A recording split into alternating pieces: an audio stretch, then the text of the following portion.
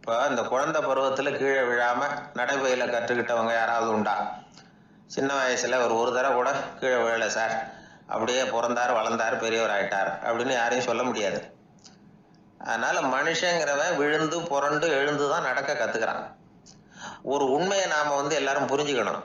இந்த உலகத்துல தவறு செய்யாத மனிதர்களே யாரும் கிடையாது.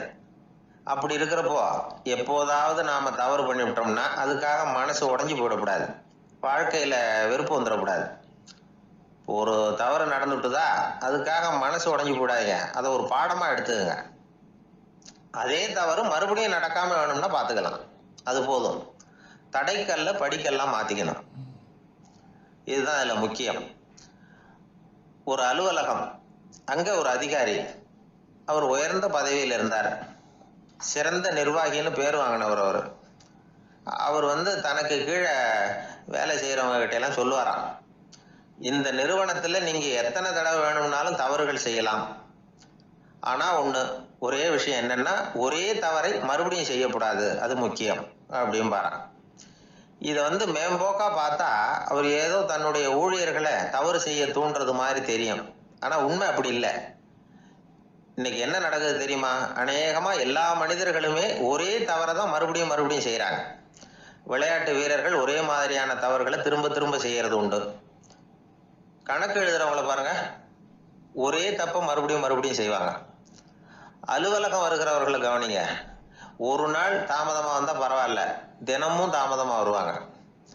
இது மாதிரி செய்த தவறையே திரும்ப திரும்ப செய்யறதுக்கு என்ன காரணம் அப்படின்னா சோம்பல், ஞாபக மறதி, கவனக்குறைவு, தன்னுடைய திறமை பேர்ல அளவுக்கு மீறிய நம்பிக்கை, இப்படி இதுல ஏதாவது ஒரு காரணமா இருக்கலாம் அப்படிங்கிறாங்க இது பற்றி ஆய்வு செய்கிற வல்லுநர்கள். ஒரு தடவை செஞ்ச தவிர மறுபடியும் செய்யறது இல்லைன்னு முடிவு செஞ்சுக்கிட்டு அதை செயல்படுத்த கத்துக்கணும், அது போதும், வாழ்க்கை வெற்றிகரமா அமையும் அப்படிங்கிறாங்க அந்த அனுபவசாலிகள். அதனால வெற்றிகரமா வாழ்க்கையில நடைபோட விரும்பும் இளைஞர்கள் தவிர்க்க வேண்டியது என்னன்னா, முதல்ல சோம்பலை தவிருங்கள், சுறுசுறுப்பாக இயங்குங்கள் அப்படிங்கிறது அவங்க அறிவுரை. ரெண்டாவது ஞாபக மறதி, எந்த செயல்லையும் ஈடுபாடு வேணும், அக்கறை வேணும். மூணாவது கவனக்குறைவு, எதையும் அலட்சியப்படுத்தக்கூடாது. நாலாவது என்னால முடியாதது எதுவுமே கிடையாது அப்படிங்கிற அளவுக்கு மீறிய நம்பிக்கை, அது ஆபத்துல கொண்டு போய் விட்டுரும். அதனால முதல் தவறு உங்களுக்கு ஒரு பாடமா அமையணும். ஒரு மனிதர் அவர் தன்னுடைய 2 காதலையும் கட்டு போட்டுக்கிட்டு வந்தார். அவருடைய நண்பர் அதை கவனிச்சுட்டார். என்ன சார் ஆச்சு, 2 காதலையும் கட்டு போட்டுருக்கீங்களே அப்படின்னு விசாரிச்சார். ஒண்ணுமில்லை சார், வீட்டுல ரொம்ப ஆர்வமா டிவியில கிரிக்கெட் மேட்ச் பார்த்துக்கிட்டு இருந்தேன். அப்போ என்னுடைய மனைவி துணிகளுக்கு அயன் பண்ணிட்டு இருந்தாங்க. அயன் பாக்ஸை அப்படியே வச்சுட்டு அடுப்பங்கரைக்கு போயிட்டாங்க. அந்த சமயம் பார்த்து டெலிஃபோன் பண்ணி அடிச்சுது. அவசரமா ஓடி போய் அதை எடுத்து காதல வச்சேன். அப்பதான் தெரியும் அது அயன் பாக்ஸுங்கிற விஷயம். சூடா இருந்ததா, சுட்டு விட்டுது அப்படின்னாரு. ஒரு காது சரி சார், 2 காதும் ஏன் அப்படி ஆச்சு அப்படின்னு கேட்டார். அதே ஆளு மறுபடியும் போன் பண்ணா சார் அப்படின்னாரு. இவர் எவ்வளவு தூரம் யோசிச்சிருப்பாரு பாருங்க. அதனால ஒரு தவறு மறுபடியும் நடக்கக்கூடாது, முதல் தவறு உங்களுக்கு ஒரு பாடமாக அமையட்டும் அப்படிங்கிறது தான் இதுல இருந்து நாம தெரிந்து கொள்ள வேண்டிய கருத்து. அதனால தவறுகள் அதெல்லாம் தடைக்கெல்லாம் நினைக்க வேண்டாம், படிக்கெல்லாம் நினைப்போம். அப்படி நினைச்சோம்னா வாழ்க்கையில வெற்றி நிச்சயம். வாழ்க்கையில வெற்றி பெற என்ன வழி, இது ஒரு முக்கியமான கேள்வி. இதுக்கு எல்லாரும் பொதுவா சொல்ற ஒரு பதில், உழைச்சா வெற்றி பெறலாம் அப்படிங்கிறது தான். வாழ்க்கையில வெற்றி பெற உழைப்பு மட்டும் இருந்தா போதாது, நேர்மையும் வேணும் அப்படிங்கிறார் பால் ஹாஃப்மேன். இவர் யார் தெரியுமா? இவர் ஒரு பெரிய பொருளாதார நிபுணர். 2வது உலக போர் முடிஞ்ச சமயம் அப்போ இவர் அமெரிக்காவின் நிதி ஆலோசகரா இருந்தார். தன்னுடைய வாழ்க்கையில நடந்த பழைய நிகழ்ச்சி ஒண்ணு அவர் சொன்னார். இளம் வயசுல படிச்சு முடிச்சதும் அவர் வேலை தேடிட்டு இருந்தாராம்.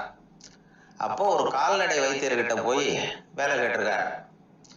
இவர் அங்க போன சமயத்துல அந்த டாக்டர் தன்னுடைய பழைய கார் ஒண்ண விற்பனை செய்யறதுக்காக வேற ஒருத்தர்கிட்ட பேரம் பேசிட்டு இருந்தார்.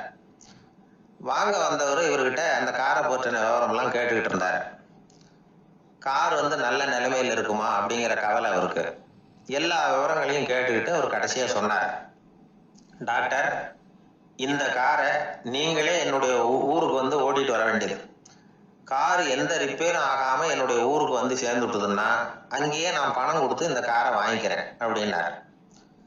நம்ம கார் அவ்வளவு தூரத்துக்கு வழியில எந்த கோளாறும் இல்லாம போய் சேருமா அப்படிங்கிற சந்தேகம் டாக்டருக்கு. அவர் என்ன செஞ்சார் தெரியுமா? தன்கிட்ட வேலை கேட்டு வந்திருந்த இளைஞர் பால் ஹாஃப்மேனை கூப்பிட்டார். அவர்கிட்ட சொன்னார், இதை பாருப்பா, இந்த காரை நீ அவருடைய ஊர் வரைக்கும் நல்லபடியா ஓட்டிட்டு போய் சேர்த்துட்டேன்னா உனக்கு நான் வேலை கொடுத்து விடுறேன். அது மட்டும் இல்ல, காரு விற்கிற தொகையில கமிஷனும் கொடுக்குறேன், என்ன சம்மதமா அப்படின்னு கேட்டார். ஹாஃப்மேன் யோசனை பண்ணார். அதுக்கப்புறம் சரின்னு சொல்லி சம்மதிச்சார். கொஞ்ச நேரத்துல அவரும் கார் வாங்க வந்தவரும் புறப்பட்டாங்க. இவர் ரொம்ப சிரமப்பட்டு வழியில எங்கேயும் நிறுத்தாம காரை ரொம்ப சாமர்த்தியமா ஓட்டிட்டு போய் சேர்த்துட்டார். அவர் அழைச்சிக்கிட்டு வீட்டுக்குள்ள போனார். அப்புறம் கேட்டார், இதை பாருப்பா, இப்ப சொல்லு, இந்த காரோட நிலைமை இப்ப எப்படி இருக்கு? உண்மையிலேயே இது நல்ல நிலைமையில இருக்குதா? உன்னுடைய மனசாட்சிப்படி பதில் சொல் அப்படின்னார். இவரும் உடனே காரு நல்ல நிலைமையில தான் இருக்கு அப்படின்னு சொல்றதுக்கு வாயை திறந்தார். அதுக்குள்ள பார்வை எதிரில் உள்ள சுவர் மேல பட்டுது. அங்க இயேசுநாதர் படம் ஒண்ணு மாட்டியிருந்தாங்க. அதுக்கு அடியில எழுதியிருந்த வாசகம் என்னன்னா, நீ பேசும் ஒவ்வொரு வார்த்தையையும் இயேசு கவனித்துக் கொண்டிருக்கிறார் அப்படின்னு இருந்தது. அந்த வரிகளை பார்த்தார். உடனே காரு சரியில்லை அப்படிங்கிற உண்மையை சொல்லிவிட்டார். இவர் இப்படி சொன்னதும் இவரை ரொம்ப ஆச்சரியமா பார்த்தார். இவர்கிட்ட இருந்த நேர்மை அவரை சிந்திக்க வச்சது. உன்னுடைய நேர்மையை பாராட்டுறேன், உனக்கு கமிஷன் கிடைக்கணுங்கிறதுக்காகவே நான் இந்த காரை வாங்கிக்கிறேன்னார். இப்போ அவர் திகைச்சு போய் நின்னார். மறுபடியும் அவர் சொன்னார், நீ காரை ஓட்டிட்டு வரும்பொழுதே உன்னுடைய திறமையை பார்த்தேன், உனக்கு விருப்பம் இருந்தா நீ என்கிட்டயே வேலைக்கு சேர்ந்துடலாம் அப்படின்னார். பால் ஹாஃப்மேன் அவர்கிட்ட வேலைக்கு சேர்ந்தார். படிப்படியா முன்னேறினார். கடைசியில பாத்தீங்கன்னா அமெரிக்காவுடைய நிதி ஆலோசகரா ஆனார். அதுக்கப்புறம் அவர் அந்த பழைய சம்பவத்தை எப்பவும் மறக்கிறது இல்லை, அடிக்கடி சொல்றது உண்டு. அதனால இதுல இருந்து நாம தெரிஞ்ச வேண்டியது என்னன்னா, வாழ்க்கையில முன்னுக்கு வரணும்னா உழைப்பு மட்டும் போதாது, நேர்மையும் வேணும். ஆனா இந்த காலத்துல சிலருடைய நேர்மை நமக்கு ஆச்சரியமா கூட இருக்கும். ஒருத்தர் புஸ்தக கடை வச்சிருந்தார். ரொம்ப நேரமா தேடி ஒரு புத்தகத்தை கையில எடுத்தார். அதுக்கு பில் போட சொன்னார். அந்த புத்தக கடைக்கு வந்த இன்னொருத்தர் பில் போடுறவர், சார் இந்த புத்தகம் மகா அறுவை, மகா மட்டம், இது வேணாம் உங்களுக்கு, வேற ஏதாவது ஒண்ணு பாருங்கன்னார். புத்தக கடை வச்சிருக்கிறவர் இப்படி சொன்னார். வாங்க வந்தவர் இவர் ஆச்சரியமா பார்த்தார். உங்க நேர்மையை பாராட்டுறேன், அது சரி, இந்த புத்தகத்தை ஏற்கனவே நீங்க படிச்சு பார்த்துட்டீங்களான்னு கேட்டார். அதை படிச்சு வேற பார்க்கணுமான்னார். அப்புறம் எப்படி இது மகா மட்டம்னு சொல்றீங்க அப்படின்னார். அதை எழுதினவனே நான் தான் சார் அப்படின்னார் அவர். இது ஒரு விதமான நேர்மை, நேர்மையை ஒத்துக்கிறது. எப்படி இருந்தாலும் வாழ்க்கையில உழைப்பும் நேர்மையும் உயர்வதற்கு வழிகள். உழைப்பை விட நேர்மை முக்கியம் அப்படிங்கிறத புரிந்து கொண்டால் வாழ்க்கையில வெற்றி நிச்சயம். இன்பம் துன்பம் இது ரெண்டும் சேர்ந்ததுதான் வாழ்க்கை. இது எல்லாரும் சொல்லிட்டு இருக்கிற ஒரு உண்மை. அது சரி, இது ரெண்டும் வர்றதுக்கு என்ன காரணம்? துறவி ஒருத்தர் யோசிச்சு பார்த்துருக்கார். இன்ப துன்பம் தோன்றுவதற்கு முக்கியமாக 6 காரணங்கள் உண்டு அப்படிங்கிறார் அவர். அது என்னங்கிறத நாமளும் தெரிஞ்சு வச்சுக்குவோமே. இப்போ முதல் காரணம் சுயநலம். ஒரு தாயார் தன்னுடைய சுயநலம் கருதி தன்னுடைய மகன் இன்பமாக இருக்கணும்னு ஆசைப்படுறாங்க. மகனும் அப்படியே ஆசைப்படுறான். அதனால் தாயாரின் இன்ப துன்பங்களை பார்த்துட்டு மகனும் இன்ப துன்பம் அடையலாம். அந்த அம்மாவுக்கும் அதே நிலைமை தான். 2வது காரணம் உறவு. நான் துறவியான பிறகு கூட உறவுங்கிற காரணத்தினால தான் தாயாருடைய சுக துக்கங்களை கண்டு நானும் சுக துக்கம் அடைகிறேன். என் தாயாருடைய நிலைமையும் இதுதான் அப்படிங்கிறார் ஒரு துறவி. 3வது காரணம் என்னன்னா அறிமுகம். எனக்கு அறிமுகமான ஒருத்தரை ரயில் நிலையத்தில் சந்திக்கிறேன். அவர் தன்னுடைய பணப்பையை எங்கேயோ தொலைச்சி விட்டு வருத்தப்பட்டு இருக்கிறார். நானும் வருத்தப்படுறேன். அந்த சமயத்தில் யாரோ ஒருத்தர் இதுதானே அவங்க பணப்பை அப்படின்னு சொல்லி கொண்டாந்து நீட்டுறார். பணப்பையை தொலைச்சவர் சந்தோஷப்படுறார், நானும் சந்தோஷப்படுறேன். இது அந்த துறவி சொல்கிற அனுபவம். 4வது காரணம் என்னன்னா கருணை. எனக்கு முன்னே தெரியாத ஒருத்தனை யாரோ ஒருத்தன் அடித்து காயப்படுத்தி விடுறான். கருணை காரணமாக நான் அதுக்காக துக்கப்படுறேன். 5வது காரணம் எதையும் நம்புறது.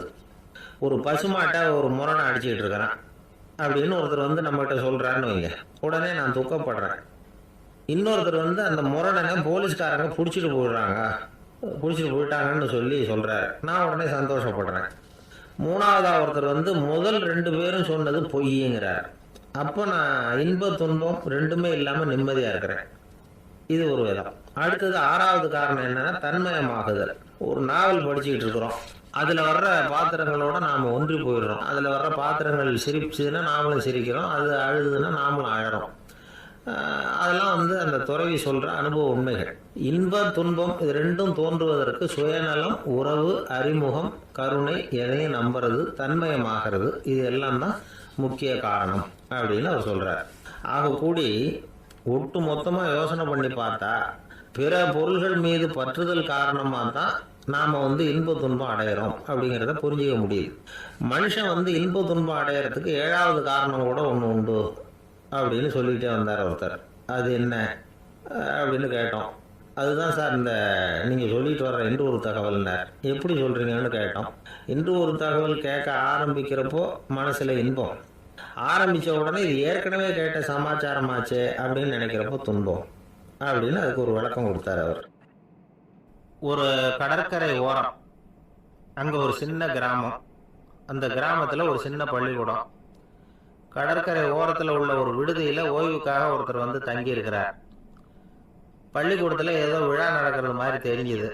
உடனே அவர் அந்த பக்கமாக வந்தார். இங்கே என்ன நடக்குதுன்னு விசாரித்தார். பள்ளி ஆண்டு விழா நடக்குதுன்னாங்க. உடனே போனார். கண்காட்சி ஒன்று வச்சுருந்தாங்க. உள்ளே போய் பார்த்தார். பள்ளிக்கூடத்தில் படிக்கிற மாணவர்களை சொந்தமாக தயார் பண்ண பொருள்களை காட்சிக்கு வச்சிருக்கிறாங்க. அந்த ஊர் மக்கள்லாம் அதை கூட்டம் கூட்டமாக போய் பார்த்துக்கிட்டு இருக்கிறாங்க. இவரும் ஆர்வமாக அதையெல்லாம் பார்த்துக்கிட்டே போகிறார். ஒரு இடத்துல ஒரு சின்ன ரயில் செஞ்சு வச்சுருந்தாங்க. மாணவர்களை தயார் பண்ணது. மின்சாரத்தால் அது ஓடுறது மாதிரி பண்ணி வச்சுருந்தாங்க. அதில் ஒரு சின்ன பொத்தான் இருக்கும். அது அமுக்குனா ரயில் ஓடும், சுற்றி சுற்றி வரும். மாணவர்கள் எதிரில் நின்று அதுக்கு விளக்கம் கொடுத்துக்கிட்டு இருக்கிறாங்க. இவர் அதை கவனிச்சார். ரயில் ஓடுறத பார்த்தார். அங்கே நின்றுக்கிட்டு இருந்த மாணவர்கள்கிட்ட விளையாட்டாக கேட்டார், ஏப்பா இந்த ரயில் எதனால் ஓடுது அப்படின்னு கேட்டார் அவர். சக்தியினால் ஓடுது அப்படின்னாங்க மாணவர்கள். அது என்ன சக்தின்னு கேட்டார். அதுக்கு பேர் மின்சாரம் அப்படின்னாங்க. சரி, நீங்கள் மின்சாரத்தை பார்த்துருக்குறீங்களா அப்படின்னார். நாங்கள் பார்த்தது இல்லைங்க, ஆனால் இதை செய்யறதுக்கு எங்களுக்கு உதவி பண்ண ஆசிரியர் ஒரு பட்டதாரி, ஒரு கால் அவர் பார்த்துருக்கலாம் அப்படின்னாங்க. அவர் எங்கே இருக்காருன்னு கேட்டார். இதோ அழைச்சிட்டு வர்றோம்னு ஓடினாங்க. அவர் அழைச்சிட்டு வந்தாங்க. அவர்கிட்ட ஒரு பெரியவர் கேட்டார், மின்சாரத்தை நீங்கள் பார்த்துருக்குறீங்களா அப்படின்னு. மின்சாரத்தை பார்க்குறதாவது நான் பார்த்ததே இல்லை. நான் பார்த்தது அது செயல்படுற விதத்தை தான். அது விளக்கை எரிய வைக்குது, ரயிலை ஓட வைக்குது, இது மாதிரி எத்தனையோ எந்திரங்களை செயல்பட வைக்குது. ஆனால் உண்மையிலேயே அது என்னன்னு எனக்கு தெரியாது. ஒருவேளை இந்த பள்ளிக்கூடத்து தலைமை ஆசிரியருக்கு தெரிஞ்சிருக்கலாம், ஏன்னா அவர் ஒரு மேல்நிலை பட்டதாரி அப்படின்னாராம் அவர். சரின்னு போய் தலைமை ஆசிரியரை கூப்பிட்டுக்கிட்டு வந்தாங்க. அவர்கிட்டையும் இதே கேள்வி கேட்டாராம் அவர். மன்னிக்கணும், இந்த கேள்வி இதுவரைக்கும் யாரும் என்கிட்ட கேட்டதில்லை. சக்தியை யாரும் பார்க்க முடியாது, ஆனால் அது செயல்படும் விதத்தை தான் பார்க்க முடியும் அப்படின்னாராம் அவர். இப்போ இதுவரைக்கும் கேட்டுக்கிட்டு இருந்த பெரியவர் சிரித்தார். சிரிச்சுட்டு சொன்னாராம், சரி அதுக்காக ஒன்றும் கவலைப்படாதீங்க, என்னுடைய பெயர் தாமஸ் ஆல்வா எடிசன் அப்படின்னாராம். இதை கேட்டதும் அங்கே இருந்தவங்களுக்கெல்லாம் அதிர்ச்சி, ஆச்சரியம். என்னது, நீங்கள் தானே எடிசன்? நீங்கள் எவ்வளவு மின்சார கருவிகளை உண்டாக்கி இருக்கிறீங்க, நீங்களா இந்த கேள்வியை கேட்டது அப்படின்னாங்களாம். ஆமாம், நான் தான் கேட்குறேன், ஏன்னா நானே மின்சாரத்தை பார்த்தது கிடையாது அப்படின்னாராம் அவர். அன்புங்கிறது இப்படிப்பட்டது தான்ங்கிறார் ஓஷோ. அன்புங்கிறது நம்ம உடற்கூறு அமைப்பில் இல்லை, அது நம்ம உடம்புல உள்ள சுத்த சக்தியின் வெளிப்பாடு. அதை உணரத்தான் முடியுமே தவிர பார்க்க முடியாது. அன்பே உன்னை நான் என் இருதயத்தில் வச்சிருக்கிறேன் அப்படின்னு எல்லாம் சொல்லுவான். இதெல்லாம் சும்மா. இது டாக்டர்கள் சொல்ற இருதயம் கிடையாது. அது ரத்தத்தை தள்ளுகிற ஒரு கருவி, அவ்வளவுதான். ஞானிகள் சொல்லுகிற இதயம் வேற, அது கண்ணுக்கு புலப்படாத ஒரு சக்தி. என்னுடைய இதயம் ரொம்ப விசாலமானது சார் அப்படின்னார் ஒருத்தர். அப்படிங்களான்னு ரொம்ப மரியாதையா, ஆமாங்க டாக்டர் அப்படிதான் சொல்றார், கொஞ்சம் வீங்கி போய் பெருசா இருக்குதான் அப்படின்னார். ஆரம்ப காலத்துல ஒரு குரு, அப்போ ஒரு சீடன்றம் தான். அது வேடிக்கையான குரு, வேடிக்கையான சீடன். ஒரு ஆசிரமம். ஒரு நாள் ஒருத்தன் அவசரமா அந்த குருவை தேடி வந்திருக்கிறான். என்ன விஷயம்னு விசாரிச்சார் குரு. உங்க சீடர் என்னை அடிச்சுட்டார் அப்படின்னு புகார் பண்ணானா அந்த ஆள். குரு சீடனை கூப்பிட்டார். அடிச்சியா இந்த ஆளை அப்படின்னு கேட்டாராம். ஆமான் இருக்கான் சீடன். ஏன் அடிச்சே அப்படின்னு கேட்டாராம். இந்த ஆள் உங்களை பத்தி மட்டமா பேசிவிட்டான், என்னால் அதை தாங்கிக்க முடியல, அதனால தான் அடிச்சுட்டேன்றான். அப்படி என்ன பேசணும் அப்படின்னு கேட்டாராம். உன்னுடைய குருநாதர் இப்பெல்லாம் அர்த்தம் இல்லாம பேச ஆரம்பிச்சுட்டார் அப்படின்னு சொல்லிவிட்டான், அதனாலதான் அடிச்சுட்டேன் அப்படின்னா. அதுக்காக அடிச்ச அப்படின்னாராம். நான் அதுக்காக அடிக்கல குருவே, இப்பெல்லாம் நீங்க அர்த்தம் இல்லாம பேசுறதாக அவன் சொல்றான் அப்படின்னா இதுவரைக்கும் நீங்க அர்த்தத்தோட பேசினதாகத்தானே அர்த்தம், அது தப்பு தானே, அதனாலதான் அடிச்சேன் அப்படின்னா. ஒரு பெரியவர் உட்கார்ந்து இருக்கிறார், அவரை சுத்தி அவருடைய தோழர்கள் உட்கார்ந்து இருக்கிறாங்க. ஏதோ ஒரு முக்கியமான செய்தியை அவர் அவங்களுக்கு சொல்லிட்டு இருக்கிறார். அவங்களும் ஆர்வமா கேட்டுக்கிட்டு இருக்கிறாங்க. இந்த சமயத்துல யாரோ ஒரு ஆள் வேகமா அங்க வர்றார். வர்ற வேகத்திலேயே எனக்கு ஏதாவது உதவி செய்யுங்க அப்படின்னு கேட்டுக்கிட்டே வர்றார். கேட்கறது உதவி, ஆனா குரல் மிரட்டுறது மாதிரி இருக்கு, அதட்டி கேட்கறது மாதிரி இருக்கு. இதை கேட்டது அந்த பெரியவர் ஆத்திரப்படலை, ஆனா அவரை சுத்தி இருந்தவங்க ஆத்திரப்பட்டாங்க. இதை பெரியவர் கவனிச்சார். கொஞ்சம் அமைதியா இருங்கன்னார். வந்தவரை கூப்பிட்டார், அவருக்கு சில பொருள்களை கொடுத்தார். என்னங்க இப்போ உங்களுக்கு மகிழ்ச்சி தானே அப்படின்னார். அப்படின்னு அலட்சியமா அவர் சொல்றார். நான் உங்களை நல்ல முறையில் நடத்தினேன்னா அப்படின்னு கேட்குறாரு அவர் மறுபடியும். அதெல்லாம் ஒன்றும் இல்லை அப்படின்னு சொல்லி அவர் சொல்லிட்டு இருக்கிறாரு. குரலில் கடுமை குறையில. சுற்றி இருந்தவங்களால இதை பொறுத்துக்க முடியல. கோபத்தோடு அவரை நோக்கி நெருங்க ஆரம்பிச்சாங்க. பெரியவர் அவங்களை எல்லாம் தடுத்து நிறுத்தினார். வந்தவரை வாங்க என்னோட அப்படின்னு சொல்லி அழைச்சிட்டு போனார். வீட்டுக்கு போனார். அங்கே போனதும் இன்னும் சில பொருள்களை எடுத்து அவர்கிட்ட கொடுத்தார். இப்போ திருப்தி தானே, நான் உங்ககிட்ட நல்ல முறையில் நடந்துக்கிட்டேனா அப்படின்னார். அவர் முகம் இப்போதான் கொஞ்சம் மலர்ந்தது. ரொம்ப நன்றி, இறைவன் உங்க குடும்பத்துக்கு எல்லா நன்மைகளையும் செய்வான் அப்படின்னு சொன்னார். இதே வார்த்தைகளை என்னுடைய தோழர்கள்கிட்டே சொல்லிட்டீங்கன்னா அவங்க கோபம் தணிஞ்சிரும், வர முடியுமான்னார். கண்டிப்பா வர்றேன் அப்படின்னாரு. மறுநாள் காலையில அந்த இடத்துக்கு வந்தார். அதே மாதிரி சொல்லிவிட்டு அவர் போயிட்டார். தோழர்கள்லாம் ரொம்ப வியப்போடு பெரியவரை பார்த்தாங்க. அந்த பெரியவர் தான் நபிகள் நாயகம். அவர் சொன்னார், ஒருத்தன் ரொம்ப ஆசையா ஒரு ஒட்டகத்தை வளர்த்துக்கிட்டு வந்தான். ஒரு நாள் அந்த ஒட்டகம் கயத்தை அறுத்துக்கிட்டு ஓடி போயிட்டுது. அக்கம் பக்கத்தில் இருக்கிறவங்கெல்லாம் அந்த ஒட்டகத்தை பிடிக்கிறதுக்கு முயற்சி பண்ணாங்க. அதை துரத்திட்டு ஓடினாங்க. ஒட்டகம் தாறுமாறா ஓட ஆரம்பிச்சது. இந்த சமயத்துல ஒட்டகத்தை வளர்த்தவன் அங்க ஓடி வந்தான். நீங்க அதை ஒன்றும் செய்ய வேணாம், விட்டுருங்க, அதோட சுபாவம் எனக்கு நல்லா தெரியும், அதை சுலபமா என்னோட வழிக்கு கொண்டுட்டு வந்துட முடியும், நான் பார்த்துக்கிறேன், விட்டுருங்க அப்படின்னா. எல்லாரும் விலைக்கு போயிட்டாங்க. இவன் என்ன செஞ்சான் தெரியுமா? கொஞ்சம் புல்லை கையில் எடுத்துக்கிட்டு அந்த ஒட்டகத்தை நெருங்கினா, அவ்வளவுதான். அது ஓடி இவன் காலடியில் உட்காந்துக்கிட்டது. செல்லமா அதை அப்படியே தடவி கொடுத்தான். முதுகில் ஏறி உட்காந்துக்கிட்டான். அது பாட்டுக்கு சாதுவா நடந்து போகுது. இந்த கதையை நபிகள் நாயகம் தம்முடைய தோழர்களுக்கு சொல்றார். ஒட்டகத்தை மட்டும் இல்ல, சில மனிதர்களையும் கூட சில விதத்துல அணுகிதான் அவர்களை சீர்திருத்த வேண்டியிருக்குது அப்படிங்கிறத அவங்களுக்கு உணர்த்தினார். இது ஒரு அழகான உளவியல் அணுகுமுறை. சில குடும்ப தலைவர்கள் கூட இந்த ஒட்டகம் மாதிரி நடந்துகிறது உண்டு, அப்புறம் அடங்கி போறதும் உண்டு. ஒரு குடும்ப தலைவர் காலையில எழுந்திரிச்சதுல இருந்து சத்தம் போட்டு கத்திக்கிட்டு இருப்பார். பக்கத்துல இருந்தவங்கெல்லாம் ஓடி போய் சமாதானம் பண்ணி பார்த்தாங்க. அவர் ஓயறது மாதிரி தெரியல. கடைசியில் அவர் மனைவி வந்தாங்க. நீங்க எல்லாம் விலைக்கு போடுங்க, அவர் சுபாவம் எனக்கு தெரியும், நான் பார்த்துக்கிறேன் அப்படின்னாங்க. சரின்னு எல்லாரும் போயிட்டாங்க. சாயந்தரமா பாக்குறாங்க, அவர் சத்தம் இல்லாம ஒரு மூலையில் உட்காந்துருக்கிறார், ரொம்ப சாதுவா. ஆச்சரியமா இருந்தது. என்னம்மா பண்ணீங்கன்னு கேட்டாங்க. அது ஒண்ணும் இல்லைங்க, ஒரு வேளை சாப்பாட்டை நிறுத்தினேன், பட்னி போட்டேன், அவ்வளவுதான் அப்படின்னாங்க அந்த அம்மா. ஆபீஸ்ல வேலை பார்க்குற ஒருத்தர் வந்தார். பேசாம ஒரு 10 நாள் லீவ் போட்டுடலாமா பாக்குறேன் அப்படின்னார். ஏன்னு கேட்டோம். என்னுடைய மேலதிகாரி ஒரு முசுடு சார், அவர்கிட்ட வேலை பார்க்கறது ரொம்ப கஷ்டமா இருக்குது அப்படின்னார். ஆபீஸ்ல வேலை பார்க்குறவங்க எல்லாம் ஒரு விஷயத்த நல்லா ஞாபகத்துல வச்சுக்கணும். மேலதிகாரிங்கிறவர் ஒரு பெரிய மகான் இல்லை, அவரும் ஒரு மானிட பிறவிதான். சராசரி மனுஷனுக்குள்ள பலம் பலவீனம் ரெண்டும் அவருக்கும் உண்டு. அதனால அவரை கொஞ்சம் அனுசரிச்சு போறதுக்கு பழகிறது தான் நல்லது. மேலதிகாரிகள்ல பல வகை உண்டு. அதுல முக்கியமா 3 வகை. அதுல ஒரு வகை எப்படி தெரியுமா? உங்களை ஒரு வேலை செய்யற மெஷினா மட்டுமே நினைக்கக்கூடிய வகை. இவங்கெல்லாம் எப்படின்னா, எங்கேயாவது வெளியூர் போயிருந்தா கூட அங்கிருந்து போன் பண்ணுவாங்க, அந்த வேலை என்னாச்சு, இந்த வேலை என்னாச்சு அப்படின்னு. இவங்களுக்கெல்லாம் உங்க நலனை பத்தியோ உங்க குடும்பத்தை பத்தியோ அக்கறை இருக்காது. நீங்க சொல்ற யோசனை எதுவும் இவங்க கிட்ட எடுபடாது. கொடுத்த வேலையை பாரு, நீ எனக்கு புத்தி சொல்ல வேணாம் அப்படிம்பாங்க. இவங்களை அனுசரிச்சு போறதுக்கு ஒரே வழி, இவங்க எதை சொன்னாலும் சரின்னு சொல்லிவிட்டு வேலையை கவனிக்க வேண்டியதுதான். இவங்க கிட்ட வேற எந்த கேள்வியும் கேட்டுக்கிட்டு இருக்கக்கூடாது. ஆமா சாமி போடுறது கௌரவ குறைச்சல் இல்லை, அது ஒரு அலுவலக சௌகரியம், அவ்வளவுதான். இன்னொரு வகையான மேலதிகாரிகள் எப்படி தெரியுமா? இவங்கெல்லாம் ஆபீஸ் வேலையை பத்தி அதிகமா கவலைப்பட்டுக்கிட்டு இருக்க மாட்டாங்க. தங்களுடைய சொந்த இமேஜ் பாதிக்கப்படக்கூடாதுங்கிறதுலயே கவனமா இருப்பாங்க. இவங்கெல்லாம் அடிக்கடி உங்க நலனை விசாரிப்பாங்க. அதே மாதிரி நீங்களும் அவரை விசாரிக்கணும்னு எதிர்பார்ப்பாங்க.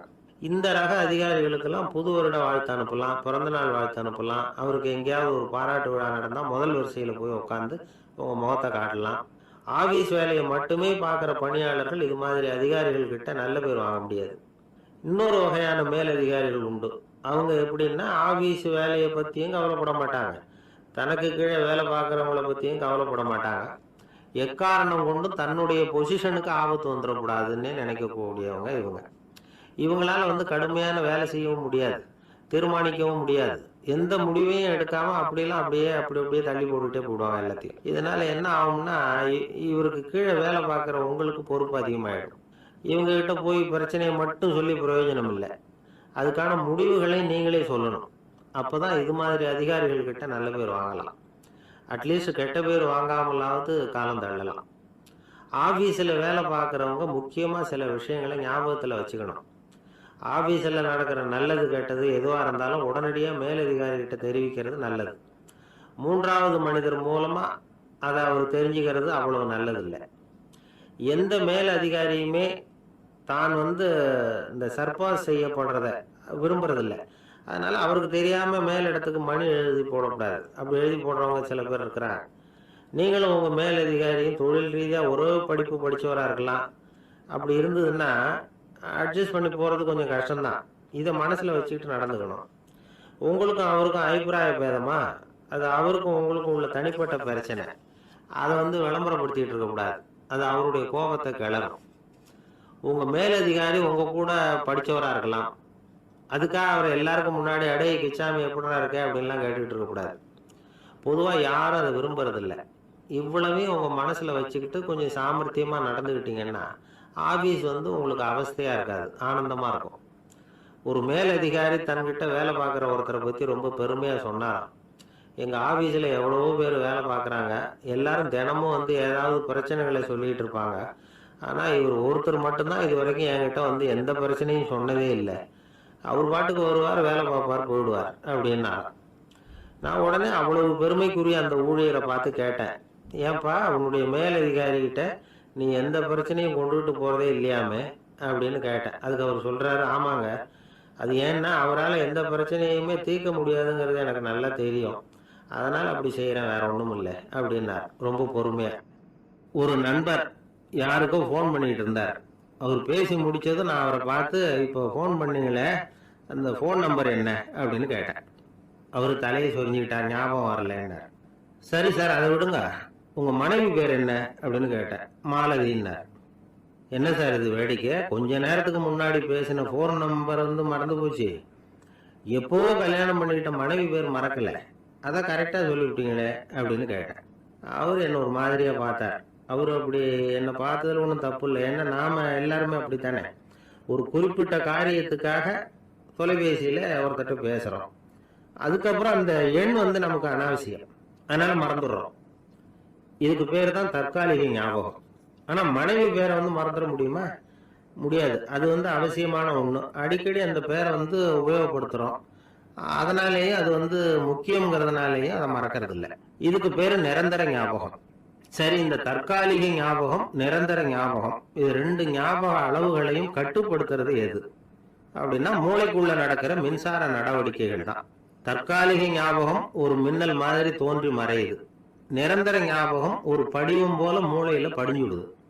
ஒரு சம்பவத்தின் பல பிரதிகள் மூளையில பல்வேறு பகுதிகளிலேயும் படியறதுனால ஒண்ணு மறைஞ்சாலும் மறந்தாலும் இன்னொன்னு மறையறதில்லை. இப்படிப்பட்ட நிலைமையில தான் இந்த தொண்டையில இருக்கு, வாயில வரமாட்டேங்குது சார் அப்படிமா. ஒருத்தருக்கு எந்த துறையில ஆர்வமும் ஈடுபாடும் அதிகமோ அது சம்பந்தமான ஞாபக சக்தி அதிகமா இருக்கும். தொழிலை விரும்புகிற ஒரு டெலிபோன் ஆபரேட்டருக்கு எண்கள்லாம் நல்ல ஞாபகம் இருக்கும். அது மாதிரி கவிஞர்களுக்கு வார்த்தைகள் நல்ல ஞாபகத்தில் இருக்கும். இது ஒரு பக்கம் இருந்தாலும் ஒரு மூளை எண்களை விட எழுத்துக்களை விட படங்களை ரொம்ப சுலபமா ஞாபகத்துல வச்சுக்குது. புரிஞ்சுக்கிற தன்மை, அனுபவம், புத்தி கூர்மை இது கூடி குறையறத பொறுத்து ஞாபக சக்தியும் ஏறும் இறங்கும். இப்போ உதாரணத்துக்கு ஒரு பையனுக்கு படித்தது எதுவும் ஞாபகத்தில் இல்லைன்னா அவன் அதை சரியாக புரிஞ்சுக்கலைன்னு அர்த்தம்.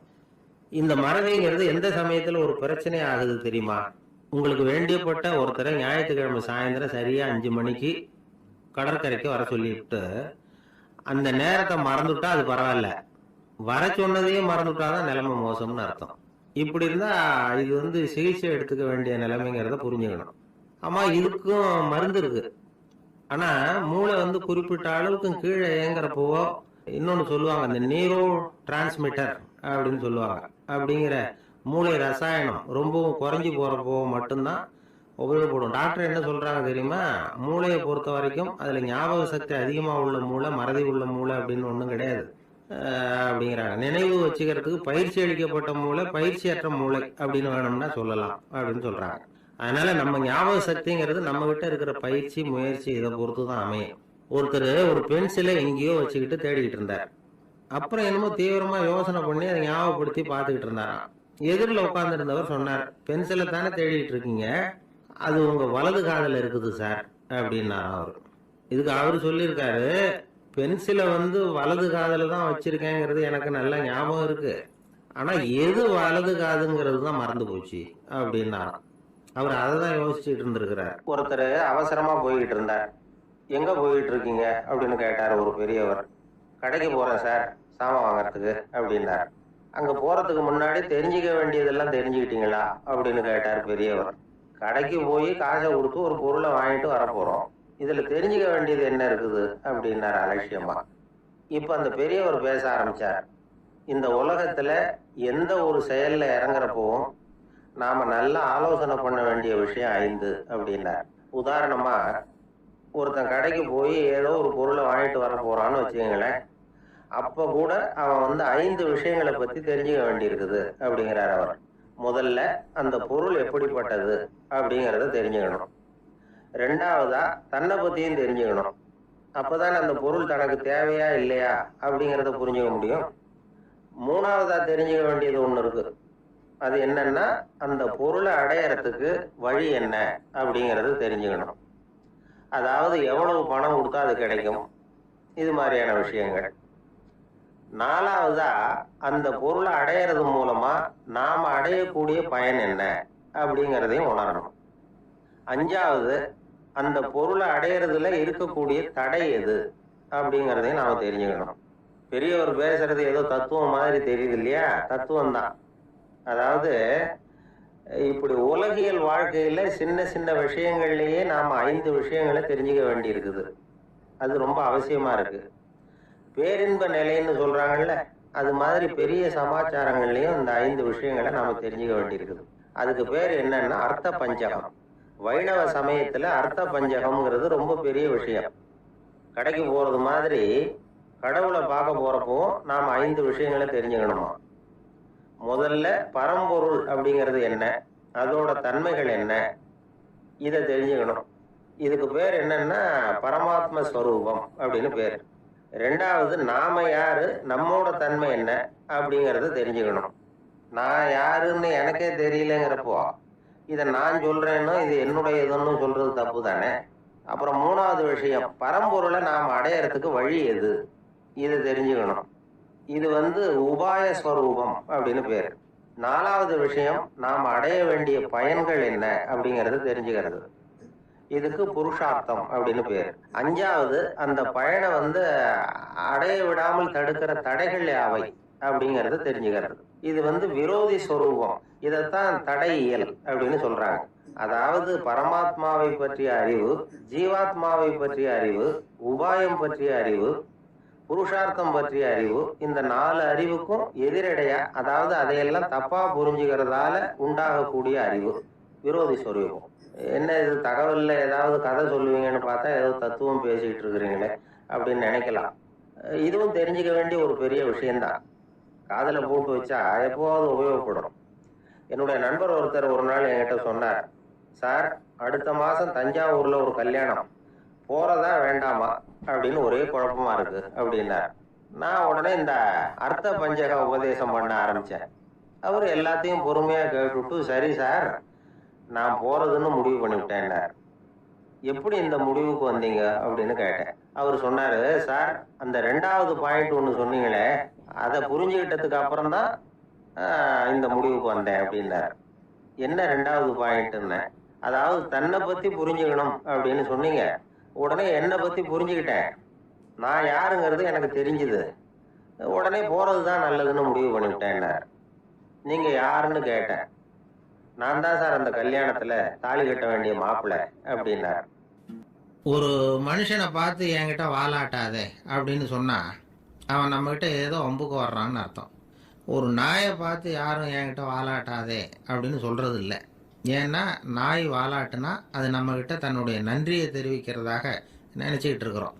ஆனால் அது அப்படி இல்லை அப்படின்னு சொல்கிறாங்க அது சம்பந்தமான நிபுணர்கள்.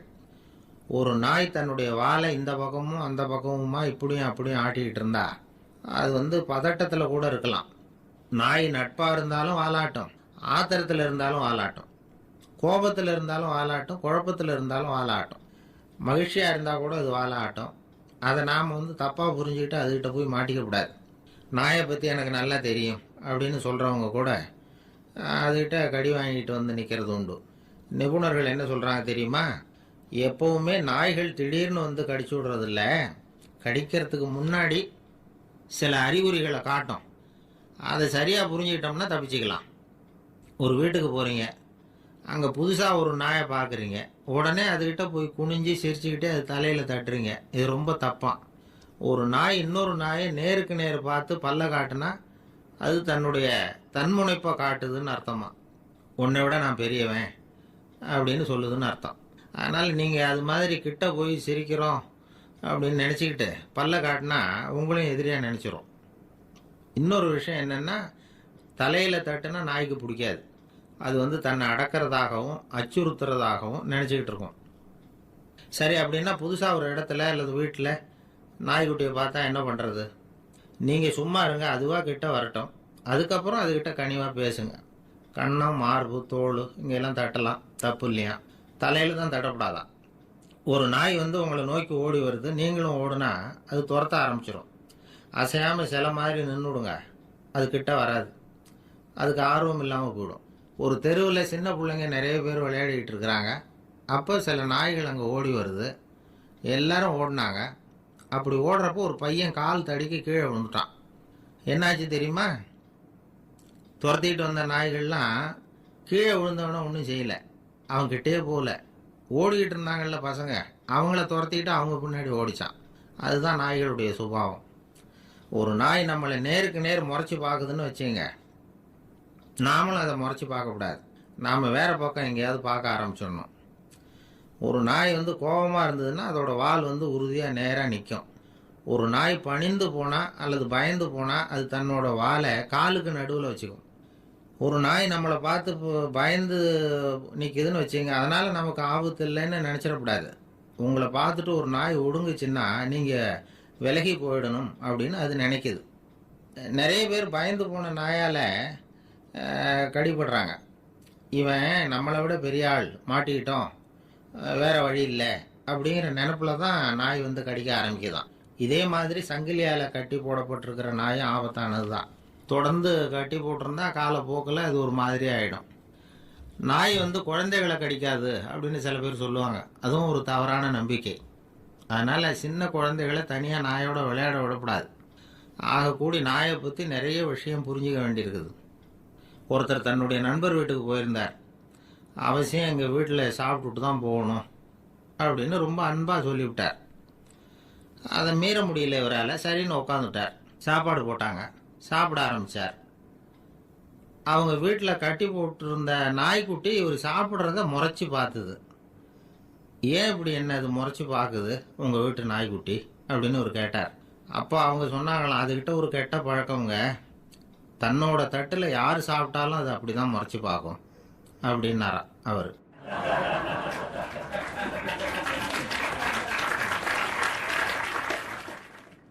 அசோக மன்னர் வந்துக்கிட்டு இருக்கார். அவருடைய ஆலோசகர்கள் எல்லாம் பக்கத்தில் வந்துக்கிட்டு இருக்கிறாங்க. அந்த சமயத்தில் எதிரில் ஒரு புத்த பிக்ஷு வர்றார். அசோகர் பார்க்குறார். ஓடி போய் அவர் காலில் விழுந்து வணங்குறார். அசோக மன்னரின் தலை அந்த புத்த துறவியின் பாதத்தில் பட்டுக்கிட்டு இருக்கு. பக்கத்தில் நின்றுக்கிட்டு இருந்த அமைச்சருக்கு இது ரொம்ப சங்கடமாக போச்சு. ரொம்ப வருத்தப்பட்டார். நம்ம அசோக சக்கரவர்த்தி எப்பேற்பட்டவர், அவரோட தலை ஒரு சன்னியாசியின் பாதத்தில் படுறதா அப்படின்னு நினச்சி ரொம்ப கவலைப்பட்டார். அரண்மனைக்கு திரும்பினதும் அமைச்சர் மெதுவாக ஆரம்பித்தார். அரசே, எனக்கு ரொம்ப வருத்தமாக இருக்குது அப்படின்னார். எதுக்குன்னார் மன்னர். அசோக சக்கரவர்த்தியின் தலை, அதாவது அந்த சிரம், ரொம்ப மதிப்புமிக்க ஒன்று. அது ஒரு சன்னியாசியின் காலில் படலாமா அப்படின்னார். அசோகர் பதில் சொல்லலை, சிரிச்சார், போயிட்டார். அதுக்கப்புறம் ஒரு சரியான சந்தர்ப்பத்துக்காக காத்துக்கிட்டு இருந்தார். ஒரு நாள் அமைச்சரை கூப்பிட்டார். எனக்கு 3 தலைகள் வேணும் அப்படின்னார். சொல்லுங்க, கொண்டுகிட்டு வரேன் அப்படின்னார் அமைச்சர். அசோகர் சொன்னார், முதல்ல எனக்கு தேவையானது ஒரு ஆட்டின் தலை, 2வது ஒரு புலியின் தலை, 3வது ஒரு மனிதனின் தலை. இதுதான் அசோகர் கேட்டது. எங்கே இருந்தாலும் கொண்டு வாங்கன்னார். அமைச்சர் புறப்பட்டார். ஆட்டுத்தலை, புலித்தலை கிடச்சிட்டுது. அப்புறமா ஒரு சுடுகாட்டுக்கு போய் ஒரு மனித தலையும் சேகரம் பண்ணிட்டு ராஜா கிட்ட வந்துட்டார். அரசே, உங்கள் ஆணைப்படி 3 தலைகளையும் கொண்டு வந்திருக்கிறேன்னார். அசோகர் பார்த்தார். ரொம்ப நல்லது, இப்போ இது 3ஐயும் எடுத்துக்கிட்டு போய் சந்தையில் விற்றுட்டு வாங்க அப்படின்னார். அமைச்சர் அதுகளை எடுத்துக்கிட்டு சந்தைக்கு போனார். முதல்ல ஆட்டுத்தலை நல்ல விலைக்கு விற்று போச்சு. நல்ல விலை கொடுத்து வாங்கிட்டு போட்டாங்க. அடுத்தபடியாக புலி தலையை ஒருத்தர் வாங்கிட்டார். அதை பாடம் பண்ணி வீட்டில் மாட்டி வைக்கலாமே அப்படின்னு நினச்சி அதையும் வாங்கிட்டு போட்டார். மனித தலையை மட்டும் வாங்கிறதுக்கு யாரும் முன் வரலை. எல்லாரும் அதை பார்த்துட்டு விலகி போக ஆரம்பித்தாங்க. அமைச்சர் திரும்பி வந்தார். அரசே, இந்த தலையை மட்டும் யாரும் வாங்க மாட்டேங்கிறாங்க அப்படின்னார். சரி, பரவாயில்ல, இதை இலவசமாகவே இனாமாவே யாருக்கிட்டையாவது கொடுத்துட்டு வந்துடுங்க அப்படின்னார். அமைச்சர் மறுபடியும் சந்தைக்கு போனார். இதை இலவசமாக தரேன், இதை வாங்கிக்கோங்க அப்படின்னார். அப்பவும் அதை யாரும் வாங்கிக்கிறதுக்கு தயாராக இல்லை. மறுபடியும் திரும்பி மன்னர்கிட்ட விவரத்தை சொன்னார். இப்போ மன்னர் சொல்கிறார், அமைச்சரே, உயிர் இருக்கிற வரைக்கும் தான் இந்த தலைக்கு மதிப்பு.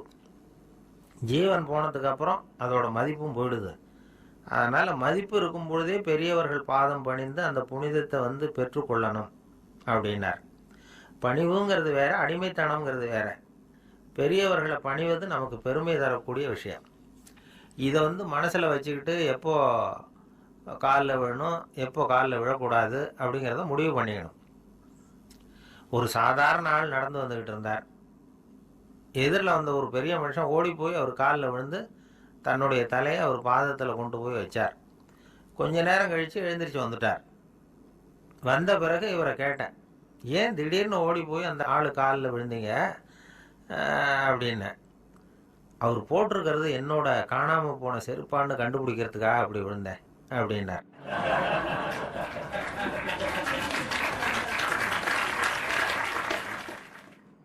இன்பம் துன்பம் இது ரெண்டும் சேர்ந்தது தான் வாழ்க்கை. இது எல்லாரும் சொல்லிகிட்டு இருக்கிற ஒரு உண்மை. அது சரி, இது ரெண்டும் வர்றதுக்கு என்ன காரணம்? துறவி ஒருத்தர் யோசித்து பார்த்துருக்கார். இன்ப துன்பம் தோன்றுவதற்கு முக்கியமாக 6 காரணங்கள் உண்டு அப்படிங்கிறார் அவர். அது என்னங்கிறத நாமளும் தெரிஞ்சு வச்சுக்குவோமே. இப்போ முதல் காரணம் சுயநலம். ஒரு தாயார் தன்னுடைய சுயநலம் கருதி தன்னுடைய மகன் இன்பமாக இருக்கணும்னு ஆசைப்படுறாங்க. மகனும் அப்படியே ஆசைப்படுறான். அதனால் தாயாரின் இன்ப துன்பங்களை பார்த்துட்டு மகனும் இன்ப துன்பம் அடையிறான். அந்த அம்மாவுக்கும் அதே நிலைமை தான். 2வது காரணம் உறவு. நான் துறவியான பிறகு கூட உறவுங்கிற காரணத்தினால தான் தாயாருடைய சுக துக்கங்களை கண்டு நானும் சுக துக்கம் அடைகிறேன். என் தாயாருடைய நிலைமையும் இதுதான் அப்படிங்கிறார் ஒரு துறவி. 3வது காரணம் என்னென்னா அறிமுகம். எனக்கு அறிமுகமான ஒருத்தரை ரயில் நிலையத்தில் சந்திக்கிறேன். அவர் தன்னுடைய பணப்பையை எங்கேயோ தொலைச்சிவிட்டு வருத்தப்பட்டு இருக்கிறார். நானும் வருத்தப்படுறேன். அந்த சமயத்தில் யாரோ ஒருத்தர் இதுதானே அவங்க பணப்பை அப்படின்னு சொல்லி கொண்டாந்து நீட்டுறார். பணப்பையை தொலைச்சவர் சந்தோஷப்படுறார், நானும் சந்தோஷப்படுறேன். இது அந்த துறவி சொல்கிற அனுபவம். 4வது காரணம் என்னென்னா கருணை. எனக்கு முன்னே பின்னே தெரியாத ஒருத்தனை யாரோ ஒருத்தன் அடித்து காயப்படுத்தி போடுறான். கருணை காரணமாக நான் அதுக்காக துக்கப்படுறேன். 5வது காரணம் எதையும் நம்புறது. ஒரு பசுமாட்டை ஒரு முரணை அடிச்சுக்கிட்டு இருக்கிறான் அப்படின்னு ஒருத்தர் நம்மகிட்ட சொல்கிறாருன்னு வைங்க, உடனே நான் துக்கப்படுறேன். இன்னொருத்தர் அந்த முரணனை போலீஸ்காரங்க பிடிச்சிட்டு போயிட்டாங்கன்னு சொல்லி சொல்கிறார். நான் உடனே சந்தோஷப்படுறேன். மூணாவதா ஒருத்தர் வந்து முதல் 2 பேரும் சொன்னது பொய்யுங்கிறார். அப்போ நான் இன்ப துன்பம் ரெண்டுமே இல்லாமல் நிம்மதியாக இருக்கிறேன். இது ஒரு விதம். அடுத்தது 6வது காரணம் என்னன்னா தன்மயமாகுதல். ஒரு நாவல் படிச்சுக்கிட்டு இருக்கிறோம், அதில் வர்ற பாத்திரங்களோட நாம் ஒன்றி போயிடுறோம். அதில் வர்ற பாத்திரங்கள் சிரிச்சுதுன்னா நாமளும் சிரிக்கிறோம், அது அழுதுன்னா நாமளும் அழறோம். அதெல்லாம் வந்து அந்த துறவி சொல்கிற அனுபவ உண்மைகள்.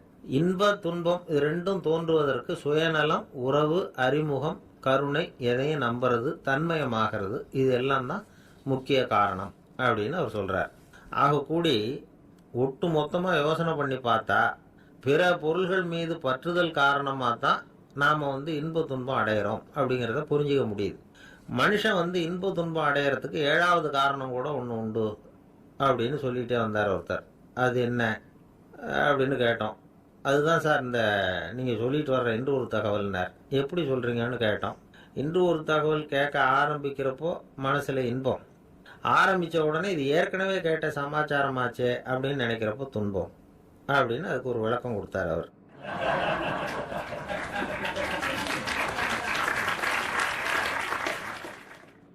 கடற்கரை ஓரமாக ஒரு பெரியவர் கையால் மணலை கீறிக்கிட்டே உட்காந்துருக்கிறார். என்னத்தையும் தேடிட்டு இருக்கிறது மாதிரி தெரிஞ்சுது. மெதுவாக கிட்டத்தில் போய் என்னத்தை தேடிட்டு இருக்கிறீங்க அப்படின்னு கேட்டோம். அவர் சாவகாசமாக நிமிர்ந்து பார்த்து நிம்மதியை தேடிட்டு இருக்கிறேன்னார். நாங்கள் ஒரு மாதிரி ஆகிட்டோம். இருந்தாலும் சமாளிச்சுக்கிட்டு, சார் மணலில் வந்து கிழிஞ்சல் தான் கிடைக்கும், நிம்மதி கிடைக்காது அப்படின்னோம். சரி, இன்னைக்கு வசமாக நம்மகிட்ட ஒரு ஆள் மாட்டிக்கிட்டார் அப்படின்னு நினச்சி அவர் பக்கமாக போய் உட்காந்துக்கிட்டு கதை சொல்ல ஆரம்பிச்சிட்டோம். ஒரு பெரிய மன்னர் இருந்தார். அவருக்கு எல்லா வசதியும் இருந்தது. இருந்தாலும் ஒரே ஒரு குறை. அது என்னென்னா நிம்மதி இல்லைங்கிற குறை. அரண்மனையில் தினமும் கலை நிகழ்ச்சி, நாட்டியம் எல்லாம் நடந்துக்கிட்டு தான் இருந்தது. இருந்தாலும் நிம்மதி இல்லை. சரி, நிம்மதி எங்கே கிடைக்கும் அப்படின்னு தேட ஆரம்பித்தார். உடனே அதுக்கான முயற்சிகளில் தீவிரமாக இறங்கினார். நாட்டில் உள்ள தத்துவ மேதைகளெல்லாம் கூப்பிட்டுட்டு வர சொன்னார். எல்லாரும் வந்து சேர்ந்தாங்க. அவங்கள பார்த்து நிம்மதி எங்கே இருக்குது அப்படின்னு விசாரித்தார். அவங்களுக்கு அது தெரிஞ்சால் ஏன் இப்படி ராஜா முன்னாடி வந்து நின்றுட்டு இருக்க போகிறாங்க? ராஜாவோட கேள்விக்கு ஒவ்வொருத்தரும் ஒவ்வொரு மாதிரி விளக்கம் கொடுக்க ஆரம்பிச்சிட்டாங்க. எந்த பதிலும் ராஜாவுக்கு திருப்தி அளிக்கக்கூடிய அளவுக்கு இல்லை. சரி, போயிட்டு வாங்கன்னு சொல்லி அவங்களெல்லாம் அனுப்பி வச்சுட்டார். ஒரு நாள் அவர் மாளிகையில் உப்பருகையில் நின்றுட்டு இருக்கிறார். அந்த சமயத்தில் தெருவில் ஒரு பிச்சைக்காரன் ரொம்ப உல்லாசமாக பாட்டு பாடிக்கிட்டே போய்கிட்டு இருக்கிறான். குரலில் ஒரு சந்தோஷம், நடையில் ஒரு மிடுக்கு. அவங்ககிட்ட கொஞ்சம் கூட கவலை இருக்கிறதா தெரியல. உடனே ராஜா அதை பார்த்தார். ஏவலாளிகளை வந்து கைதட்டி கூப்பிட்டார். உடனே ஓடி போய் அந்த பிச்சைக்காரனை இங்கே அழைச்சிட்டு வாங்கன்னு உத்தரவு போட்டார். இவங்க உடனே ஓடி போய் அவனை கூப்பிட்டாங்க. அரண்மனைக்கு வாழ்ந்தாங்க. அவன் வரல. அரண்மனைக்குள்ளே அடி எடுத்து வைக்க மாட்டேன்னு சொல்லிவிட்டான். ராஜா கிட்ட வந்து விஷயத்தை சொன்னாங்க. அவருக்கு ரொம்ப ஆச்சரியம், இப்படி ஒரு ஆள் இருக்கிறானா அப்படின்னு. சரி, அவன் என்ன தான் சொல்கிறான் அப்படின்னு விசாரித்தார். இவங்க மறுபடியும் தெருவுக்கு போய் கேட்டாங்க. என்னை பார்க்கணும்னா ராஜா விருப்பப்பட்டார்னா அவரை வேணும்னா இங்கே வர சொல்லுங்க அப்படின்னு சொல்லிவிட்டான். அதை வந்து ராஜா கிட்ட சொன்னாங்க. அவருக்கு கோபம் வரல.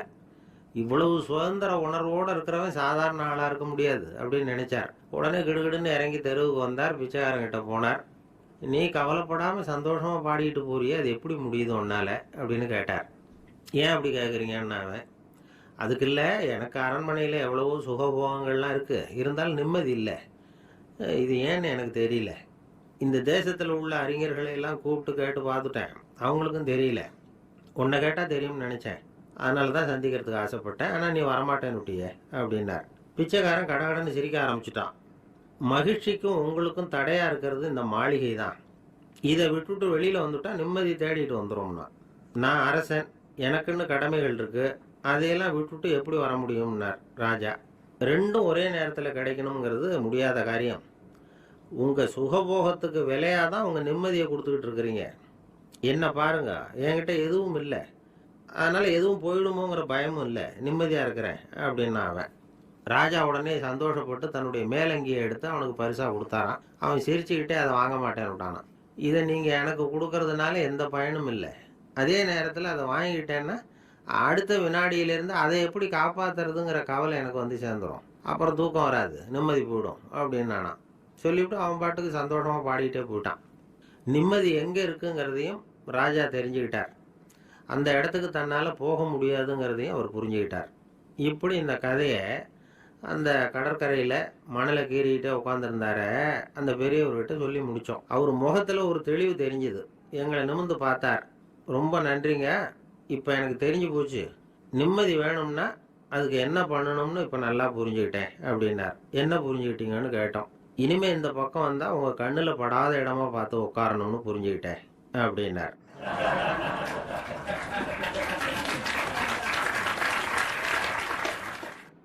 இந்த உலகத்தில் மனுஷன் எவ்வளவோ தவறுகள் செய்கிறான். அதுக்கெல்லாம் என்ன காரணம்? அதை பற்றின ஆராய்ச்சி தான் இன்னைக்கு. இதுக்கு ஆராய்ச்சி என்னத்துக்கு? அது தெரிஞ்ச விஷயம் தானே அப்படின்னு நீங்கள் நினைக்கலாம். ஆனால் அப்படி அலட்சியமாக இந்த விஷயத்தை விட்டுறக்கூடாது. பொதுவாக எல்லோரும் நினைக்கலாம் எது சரி எது தவறு அப்படின்னு தெரியாததுனால தான் மனுஷன் தப்பு பண்ணுறான் அப்படின்னு. ஆனால் அப்படி சொல்லிட முடியாது. மனுஷன் தெரிஞ்சே தான் தவறுகள் பண்ணுறான். இப்போ உதாரணத்துக்கு ஒரு சாலையில் இடது பக்கம் போக வேண்டிய ஒருத்தர் நடுக்கோட்டை தாண்டி வலது பக்கமாக வண்டியை ஓட்டிகிட்டு போகிறாருன்னு வச்சுக்கோங்க. என்னப்பா இது தப்பு இல்லையா அப்படின்னு அவர்கிட்ட கேட்டால், அதெல்லாம் எனக்கு தெரியும், நீ உன் வேலையை பார்த்துட்டு போ அப்படிம்பார். வலது பக்கமாக போகிறது தப்புன்னு தெரிஞ்சே தான் அவர் அப்படி செய்கிறார், அப்படி போகிறார். பெரிய உத்தியோகத்தில் இருக்கிறவங்க கூட லஞ்சம் வாங்குறாங்க. அவங்களுக்கெல்லாம் லஞ்சம் வாங்குறது தப்புன்னு தெரியலன்னு அர்த்தம்? திருடுறது தப்புன்னு தெரியாமலாம் மனுஷன் திருடுறான்? நல்லாவே தெரியும். நீங்கள் வேணும்னா கேட்டு பாருங்கள். வேறு வழி இல்லை, அதனால தான் திருடுறேன்பா.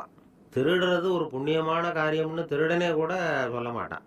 திருடுறது தவறுங்கிறது திருடனுக்கு தெரியும் அப்படிங்கிறத விளக்கறதுக்காக ஒரு பெரியவர் ஒரு கதை சொன்னார். அதாவது 2 திருடர்கள் 2 பேரும் சேர்ந்து ஒரு வீட்டுக்கு போய் ஒரு 10,000 ரூபாயை திருடிட்டு வந்துடுறாங்க. ஒரு காட்டு வழியாக வந்துகிட்டு இருக்கிறாங்க. இன்னும் விடியல. 2 பேருக்கும் தூக்கம் கண்ணை சுற்றுது. சரி, இப்படியே ஒரு மரத்தடியில் படுத்து தூங்குவோம், காலையில் விடிஞ்சதும் இந்த பணத்தை 2 பேரும் பங்கு போட்டுக்குவோம் அப்படின்னு முடிவு பண்ணுறாங்க. அதே மாதிரி படுத்து தூங்குறாங்க. நடு ராத்திரியில் ஒரு திருடன் முழிச்சுக்கிறான். விடிகிற வரைக்கும் காத்துக்கிட்டு இருந்தால் 5,000 ரூபா தான் கிடைக்கும், இப்போவே கம்பி நீட்டினா 10,000 ரூபா கிடைக்கும் அப்படின்னு யோசித்து பார்த்துட்டு ஒரு முடிவுக்கு வந்தான். மெதுவாக அந்த 10,000த்தையும் சுருட்டிக்கிட்டு அடுத்தவனுக்கு தெரியாமல் ஓடி போயிட்டான். விடியுது. அடுத்தவன் எழுந்திரிச்சு பார்க்குறான். பணத்தையும் காணலை, பாகஸ்தனையும் காணலை. இந்த திருடன் அந்த திருடனை திட்டுறான். திருட்டு பய, அயோக்கிய பய, இப்படி அநியாயமாக கிளப்பிட்டு போட்டானே அப்படிங்கிறான். இதுலேருந்து என்ன தெரியுது? தெரியாமல் எடுத்துக்கிட்டு போகிறது திருட்டு, அயோக்கியத்தனம், அநியாயம் அப்படிங்கிறது இவனுக்கு தெரிஞ்சிருக்குது. அதனால தான் அடுத்தவனை பார்த்து இப்படி திட்டுறான். அதனால் தெரியாததுனால மனுஷன் தவறு பண்ணுறான்னு சொல்கிறது சரியில்லை. அப்படின்னா மனுஷன் பண்ணுற தவறுகளுக்கு உண்மையான காரணம் தான் என்ன? இதே சந்தேகம் அர்ஜுனனுக்கும் வந்துதான். அதனால தான் அவன் பகவானை பார்த்து கேட்குறான். மனுஷன் தன் விருப்பத்துக்கு விரோதமாக ஏதோ ஒரு சக்தியினால பலாத்காரமாக இழுக்கப்பட்டது மாதிரி பாவம் பண்ணுறானே, அந்த சக்தி என்ன அப்படின்னு கேட்குறான். இதுக்கு பகவான் பதில் சொல்கிறார். காமமும் குரோதமும் தான் அந்த சக்திகள், அதாவது ஆசையும் சினமும். இது ரெண்டும் உன்னுடைய எதிரிகள் அப்படிங்கிறத புரிஞ்சுக்கோ அப்படிங்கிறார். இன்னமும் நுணுக்கமாக பார்த்தா காமத்தினுடைய மறு உருவங்கள் தான் குரோதமும் லோபமும். ஆசை நிறைவேறலைன்னா குரோதம், அதாவது கோபம். ஆசை நிறைவேறிட்டதுன்னா லோபம், அதாவது பேராசை. பாவத்தை கண்ட்ரோல் பண்ணணும்னா அதுக்கு மெயின் சுவிட்ச் எது அப்படிங்கிறது இப்போ தான் தெரியுது. அதுக்கு மனுஷன் தெரிஞ்சே தான் தவறு பண்ணுறான் அப்படின்னு பேசிக்கிட்டோமே. அதுக்கு ஒரு உதாரணம். ஒரு ஆள் ஹோட்டலில் சாப்பிட போனான். சாப்பிட்டு முடித்தான். எழுந்திரிச்சு முதலாளிகிட்ட பில்லை கொடுத்தான். காசை கொடுக்கல. முதலாளி பணம் கொடுன்னு கேட்டார். இவன் என்கிட்ட பணம் இல்லைன்னா. முதலாளி கொஞ்சம் கூட அலட்டிக்கல. உள்ளே இருந்து ஒரு ஆளை கூப்பிட்டார். இவனை கூப்பிட்டுட்டு போய் இட்லி மாவாட்ட சொல்லுன்னார். இவனும் கவலைப்படாமல் உள்ளே போயிட்டான். அப்போது அழைச்சிட்டு போகிற ஆள் கேட்குறான், ஏன் சார் சாப்பிட்றதுக்கு முன்னாடி காசு இல்லைங்கிறது உங்களுக்கு தெரியாதா அப்படின்னு கேட்குறான். தெரியும், காசு இல்லைங்கிறதும் தெரியும், காசு இல்லாமல் சாப்பிட்டா மாவாட்டணுங்கிறதும் தெரியும் அப்படின்னா அந்த ஆள். அப்படின்னா நீங்கள் உங்கள் வீட்லேயே சாப்பிட்ருக்கலாமே அப்படின்னு கேட்குறான் அவன். அதுக்கு இவர் சொல்கிறாரு, அது எப்படி? அங்கே சாப்பிட்டாலும் நான் இதே வேலையை தானே செய்ய வேண்டியிருக்கும் அப்படின்னாரான்.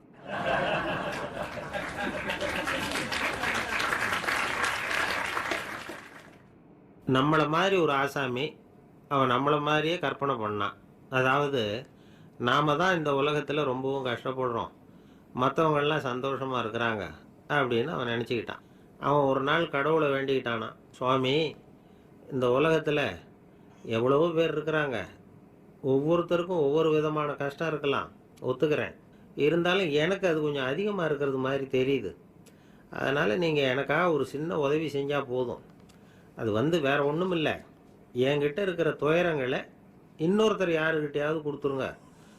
அவர்கிட்ட இருக்கிற துயரங்களை என்கிட்ட மாற்றி கொடுத்துருங்க. ஒரு மியூச்சுவல் ட்ரான்ஸ்ஃபர், அவ்வளவுதான். அப்படி பண்ணிவிட்டா போதும் அப்படின்னு வேண்டிக்கிட்டானான். அன்னைக்கு ராத்திரியே அவன் ஒரு கனவு கண்டிருக்கான். வானத்திலேருந்து ஒரு குரல் கேட்டிருக்கு. அது என்ன சொல்லிச்சு தெரியுமா? ஏ ஜனங்களே, எல்லாரும் அவங்கவுங்க கஷ்டங்களை ஒரு பையில் போட்டு எடுத்துக்குங்க. அப்படி எடுத்துக்கிட்டு நேராக இந்த ஊர் எல்லையில் இருக்கிற கோயிலுக்கு வந்து சேருங்க அப்படின்னுது அந்த குரல். ஆஹா, கடவுள் நம்ம பிரார்த்தனைக்கு செவி சாய்ச்சுட்டார் அப்படின்னு சந்தோஷப்பட்டான் இவன். உடனே என்ன பண்ணான்? தன்கிட்ட இருந்த கஷ்டத்தையெல்லாம் ஒரு சாக்கு பையில் போட்டு எடுத்துக்கிட்டான். வீட்டை விட்டு வெளியில் வந்தான். தெருவில் இறங்கி நடக்கிறான். அங்கே பார்த்தா ஏகப்பட்ட பேர் ஆளுக்கு ஒரு பையை தூக்கிக்கிட்டு கோயிலுக்கு போயிட்டு இருக்கிறாங்க. சில பேர் மூட்டையாக கட்டி தலையில் சுமந்துக்கிட்டு போயிட்டு இருக்கிறாங்க. இவன் பார்த்தான். இவனுக்கு ரொம்ப ஆச்சரியமாக இருந்தது. ஏன்னா எல்லாரும் வச்சிருக்கிற பை இவன் பையை விட பெருசாக இருந்தது. இவன் பை தான் இருக்கிறதுலே கொஞ்சம் சின்னதாக தெரிஞ்சுது.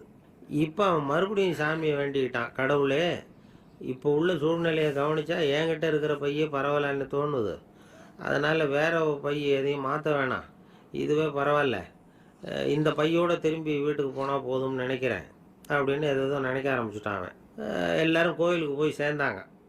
கோயிலில் அந்த குரல் மறுபடியும் கேட்டுது. எல்லாரும் அவங்கவுங்க பைகளை சுகத்தில் தொங்க விடுங்க. திடீர்னு விளக்குகள் அணையும், மணி அடிக்கப்படும், அதுதான் அடையாளம். அந்த சமயத்தில் இருட்டில் உங்களுக்கு வேண்டிய பையை நீங்கள் மாற்றி எடுத்துக்கலாம், தேர்ந்தெடுத்துக்கலாம். வெளிச்சம் இருக்கிறப்பவே உங்களுக்கு பிடிச்ச பைக்கு பக்கமாக பார்த்து நீங்கள் நின்றுக்கலாம் அப்படின்னு சொல்லி விவரம் சொல்லிச்சான் அந்த குரல். அப்படி சொன்னதுக்கப்புறம் திடீர்னு விளக்கு அணைஞ்சிது, மணி அடிச்சுது. கொஞ்ச நேரம் கழித்து மறுபடியும் விளக்குகள்லாம் எரிஞ்சுது. இப்போ பார்த்தா எல்லாரும் அவங்கவுங்க பையையே கெட்டியாக பிடிச்சிக்கிட்டு நிற்கிறாங்க. இவனும் அப்படியே நிற்கிறான். இவன் மெதுவாக பக்கத்தில் நிற்கிறவங்ககிட்ட கேட்டானா, ஏன் நீங்கள் பையை கையிலேயே வச்சுருக்கிறீங்க, செவுத்தில் மாட்டலையா அப்படின்னு கேட்டிருக்கான். இல்லைப்பா, நீ ஏன் கையிலேயே வச்சுருக்கிறியோ அதே காரணத்துக்காக தான் நாங்களும் வச்சுருக்குறோம். நம்ம கவலைகளை பற்றி நமக்கு ஓரளவுக்காவது தெரியும். ஆனால் மற்றவங்க கவலைகள் நமக்கு பரிச்சயம் இல்லாதவை, பழக்கம் இல்லாதது. அதனால் நமக்கு தெரிஞ்ச கவலைகளை சமாளிக்கிறது சுலபம். தெரியாததை சமாளிக்கணும்னா மறுபடியும் ஆரம்பத்திலேருந்து ஆரம்பிக்கணும். அதனால் பழைய நண்பர்களோடு வாழறது தான் மேல் அப்படின்னு ஆனான். அதுக்கப்புறம் அவன் தன்னோட பையே போதும்னு வீட்டுக்கு திரும்பி வந்துட்டானான். இது ஒரு பெரியவர் சொல்லியிருக்கிற கதை. அதனால் நம்மக்கிட்ட இருக்கிற கஷ்டங்கள் தான் பெருசு, அதை இன்னொருத்தங்கிட்ட கொடுத்துட்டு மாற்றிக்கலாம் அப்படின்னு நினைக்கிறது தப்பு. இதே மாதிரி இன்னொரு சம்பவம். ஒரு ஊரில் ஒரு நாள் ராத்திரி ஆகாயத்திலேருந்து கடவுள் குரல் கேட்குது. இந்த ஊரில் இருக்கிற ஜனங்கள்லாம் கொஞ்சம் கவனிங்க, உங்களுக்கு ஒரு செய்தி. அதாவது இங்கே இருக்கிற ஜனங்கள்லேயே கொஞ்சம் கூட கவலையே இல்லாத ஆள் யாருன்னு எனக்கு தெரியணும். அதனால் எல்லாரும் அவங்கவுங்க கவலைகளை ஒரு பையில் போட்டு எடுத்துக்கிட்டு கோயிலுக்கு வாங்க அப்படின்னார் கடவுள். உடனே வரிசையாக எல்லாரும் வர ஆரம்பித்தாங்க. எல்லார் கையிலையும் பை இருந்தது, சின்னதும் பெருசுமா.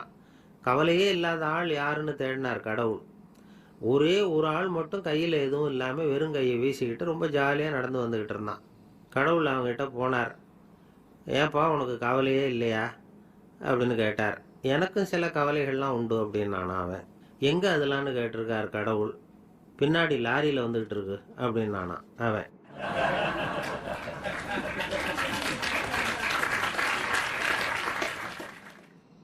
சங்கீத வித்வான்களில் பல வகை உண்டு. சில குறிப்பிட்ட ராகங்களை பாடுறதில் அவங்களுக்கு பெருமை வர்றது உண்டு.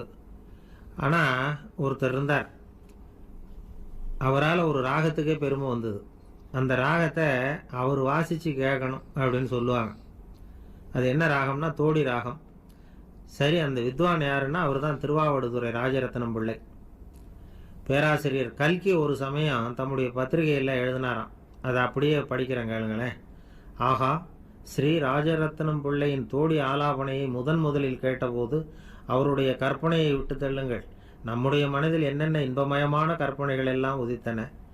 குழந்தை தாயிடம் கொஞ்சம் குரலை கேட்டோம், அன்னை குழந்தையிடம் கொஞ்சம் குரலை கேட்டோம், ரதியும் மன்மதனும் பேசிக்கொண்ட காதல் மொழிகளை கேட்டோம், முருகன் சிவபெருமான் செவிகுளிர மொழிந்த உபதேசத்தை கேட்டோம், கலைமகள் கவிஞனுக்கு அருளிய ஆசி மொழிகளை கேட்டோம், நாரத முனிவருடைய தம்பூரா சுருதியை கேட்டோம், ராவணன் தன் எலும்பை ஒடித்து வீணையாகச் செய்து வாசித்த கானத்தை கேட்டோம், கானப்பறவைகளின் கலகல ஒலியை கேட்டோம், கோலக் குயில்களின் குரல் இனிமையை கேட்டோம்.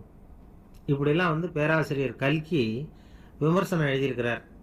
திருவாவடுதுறை ராஜரத்னம் பிள்ளை அவர்களுடைய வாசிப்பை கேட்டுட்டு டிஎன் ராஜரத்னம் பிள்ளை இறந்து போனார். அப்போது கவிஞர் கண்ணதாசன் எழுதினார், செவியனில் ஓடி எங்கள் சிந்தையில் ஓடி இந்த புவியெல்லாம் ஓடி நின்பார் பொங்கிய தோடி வேறெங்கு எவரிடம் போகும் ஐய இனி அதை காப்பார் யாவர் அவிந்தனின் சடலத்தோடே அவிந்தது தோடி தானும் அப்படின்னு எழுதினாராம்.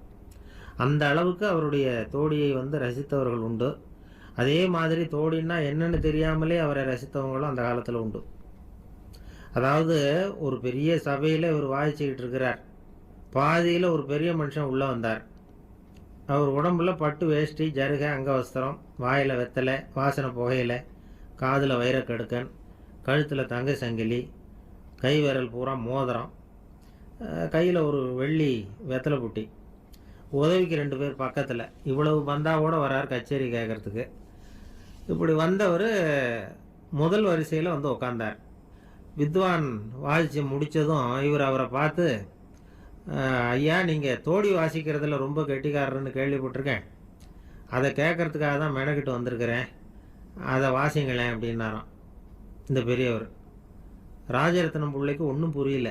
ஏன்னா இது வரைக்கும் அவர் வாசிச்சுக்கிட்டு இருந்ததே அந்த தோடி ராகத்தை தான். அதை வாசித்து முடித்ததும் அதை வாசிங்களேன்னு இவர் கேட்குறார். அப்படின்னா இவரோட ஞானம் எப்படிப்பட்டது?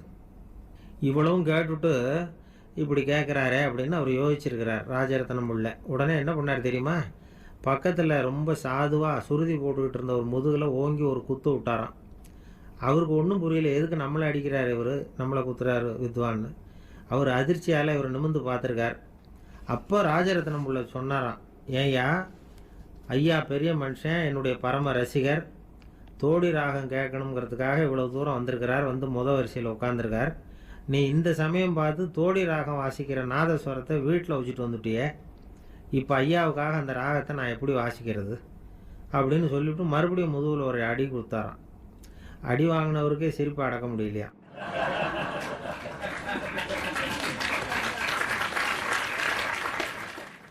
ஒரு ஊரில் ஒரு ராஜா இருந்தார். அவர் ஒரு நாள் காலையில் அரண்மனையில் மேல் மாடத்தில் நின்றுக்கிட்டு இருந்தார். அப்போ ஒரு ஆள் வீதியில் ரொம்ப வேகமாக ஓடிக்கிட்டு இருக்கான். அதை ராஜா கவனிச்சார். அவன் மனசில் ஏதோ ஒரு தவிப்பு இருக்குங்கிறத புரிஞ்சுக்கிட்டார்.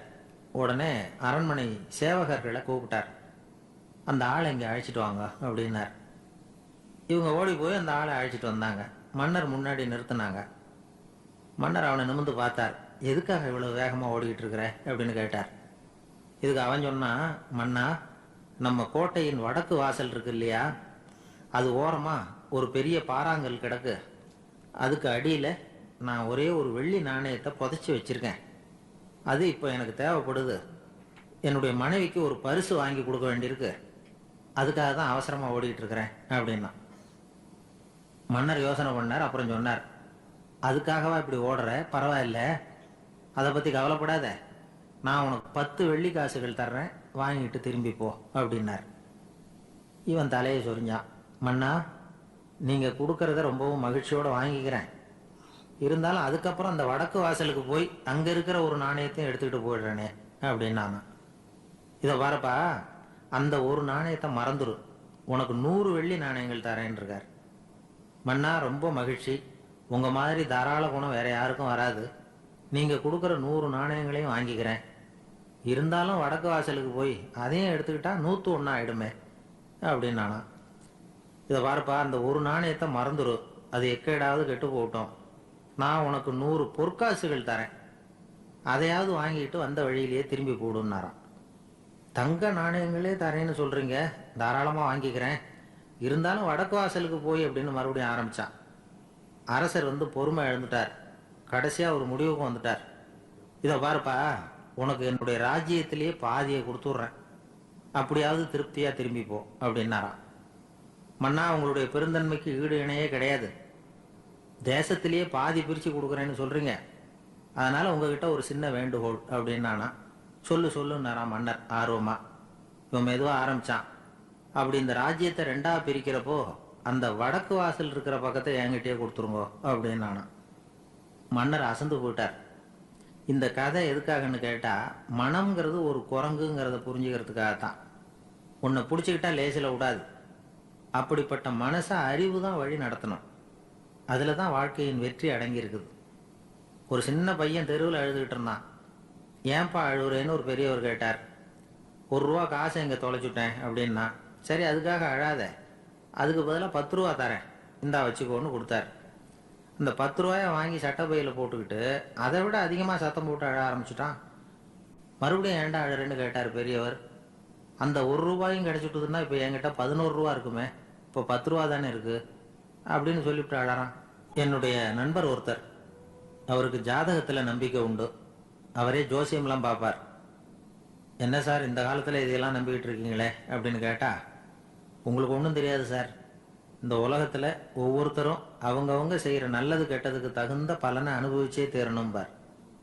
அது மட்டும் இல்லை, ஒருத்தர் செத்துட்டா கூட அவன் செஞ்ச பாவ புண்ணியங்கள் கூடவே போய்கிட்டு இருக்கோம்பார்.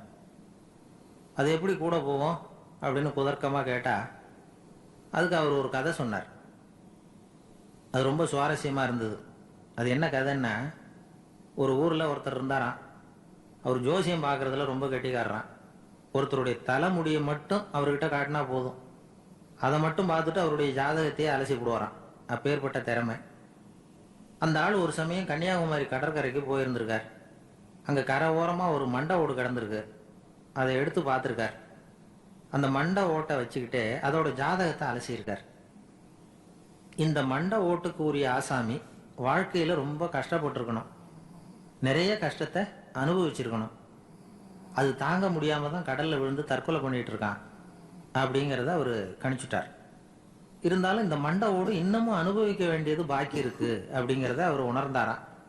அது சரி, ஒருத்தன் உயிரோடு இருக்கிற வரைக்கும் நல்லது கெட்டதை அனுபவிக்க முடியும், செத்ததுக்கு அப்புறமும் பாக்கி இருக்குன்னா அதை எப்படி அனுபவிக்கிறது? இந்த மண்டை ஓட்டுக்கு இன்னும் கொஞ்சம் பாக்கி இருக்குங்கிறது அவருக்கு புரிஞ்சதே தவிர அதோட அர்த்தம் என்னங்கிறது சரியாக விளங்கலை. சரி, இதை இன்னும் கொஞ்சம் விவரமாக ஆராய்ச்சி பண்ணுவோம் அப்படின்னு நினச்சிக்கிட்டு அதை தன்னுடைய வீட்டுக்கே எடுத்துகிட்டு போயிட்டார். அந்த மண்டை ஓட்டை ஒரு பெட்டியில் வச்சு பூட்டினார். தன்னுடைய தனி அறையில் அதை பத்திரமா வச்சுக்கிட்டார். தினமும் ராத்திரி ஆனதும் தன்னுடைய மனைவியை பார்த்து, நீ போய் பூஜை அறையில் தனியாக படுத்துக்கோ அப்படின்னு சொல்லிவிட்டு தினம் ராத்திரி 12 மணிக்கு பெட்டியை திறந்து அவர் பார்ப்பார். மண்டை ஓடு அப்படியே இருந்தது தவிர இன்னும் கொஞ்சம் பாக்கி இருக்குங்கிறதுக்கு அர்த்தம் அவருக்கு விளங்கலை. அந்த மண்டை ஓட்டுக்கு இன்னும் என்ன பாக்கி இருக்க போகுது? எப்படியே ஒரு 10 நாள் போச்சு. அந்த வீட்டம்மாவுக்கு சந்தேகம் வந்துட்டுது. நம்ம வீட்டுக்காரரு நம்மளை தனியாக ஏன் தூங்க சொல்கிறார் அப்படிங்கிற சந்தேகம். உடனே பக்கத்து வீட்டு அம்மா கிட்ட விஷயத்தை சொல்லியிருக்கிறாங்க. அந்த அம்மா உடனே, நீ கவலைப்படாத, நான் கண்டுபிடிச்சி சொல்கிறேன் அப்படின்னு சொல்லிவிட்டாங்களாம். அன்னைக்கு ராத்திரியே ஜன்னல் வழியாக எட்டி பார்த்துருக்குறாங்க. இந்த ஆள் மண்டை ஓட்டை கையில் வச்சுக்கிட்டு அதை திருப்பி திருப்பி பார்த்துக்கிட்டு இருக்கிறான். அதை பார்த்துட்டாங்க. மறுநாள் காலையில் அவரோட மனைவியை பார்த்தாங்க. ஏம்மா, உன் வீட்டுக்காரருக்கு நீ முதல் மனைவியா 2வது மனைவியா அப்படின்னு கேட்டாங்களாம். எனக்கு தெரிஞ்ச வரைக்கும் நான் ஒருத்தி தான் அவருடைய மனைவி அப்படின்னாங்களாம் அவங்க. அப்படி இல்லை, நீ அவருக்கு 2வது மனைவி. முதல் மனைவியின் மண்டை ஓட்டை தான் அவர் தினமும் ராத்திரியில் எடுத்து பார்த்துக்கிட்டு இருக்கிறார் அப்படின்னாங்க அடுத்த வீட்டு அம்மா. அப்படியா விஷயம் அப்படின்னு சொல்லிவிட்டு கணவன் வீட்டில் இல்லாத நேரமாக பார்த்து அந்த மண்டை ஓட்டை எடுத்து கொண்டாந்து ஒரு உரல்ல போட்டு உலக்கையால் குத்தி நொறுக்க ஆரம்பிச்சிட்டாங்க. வெளியில் போயிருந்த அந்த ஆள் அப்போ தான் உள்ளே நுழைஞ்சார். மண்டை ஓடு உலக்கை கிட்ட குத்து வாங்கிட்டு இருக்கு. அது அனுபவிக்க வேண்டியது இன்னும் கொஞ்சம் பாக்கி இருக்குங்கிறதுக்கு அர்த்தம் எனக்கு இப்போ தான் புரிஞ்சுது அப்படின்னாராம் அவர். இந்த கதையிலேருந்து நாம் இன்னொரு நீதியையும் புரிஞ்சுக்கணும். அதாவது நம்ம வீட்டை பற்றி நமக்கு புரியாததெல்லாம் அடுத்த வீட்டுக்காரங்களுக்கு நல்லா புரியும். ஒரு ஊரில் ஒரு ஆள் இருந்தான். அவன் ஒரு நாள் கோயிலுக்கு போனான். கடவுள்கிட்ட வேண்டிக்கிட்டான், எனக்கு ஒரு 1,00,000 ரூபா நீ கொடுத்தா நான் உன் சன்னதியில் ஒரு தேங்காய் உடைக்கிறேன் அப்படின்னு வேண்டிக்கிட்டான். கடவுள் பார்த்தார். உடனே அவன் கண் முன்னாடி தோன்றினார். இந்தா நீ கேட்ட 1,00,000 ரூபாய் அப்படின்னு சொல்லி அவன் கையில் பணத்தை கொடுத்துட்டு மறைஞ்சிட்டார். இவனால் நம்பவே முடியல.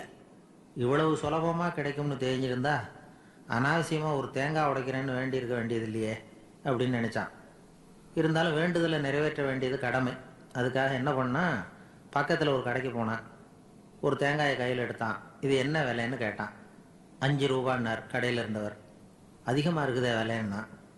அப்படின்னா ஒன்று செய்யுங்க, அடுத்த ஊருக்கு போங்க, அங்கே தென்னந்தோப்பு அதிகம், அதனால் அங்கே இதை விட குறைஞ்ச விலைக்கு கிடைக்கும் அப்படின்னார். சரின்னு அடுத்த ஊருக்கு கிளம்புனான். அங்கே போய் விசாரித்தான். ஒரு தேங்காய் 3 ரூபாய் விலைன்னாங்க.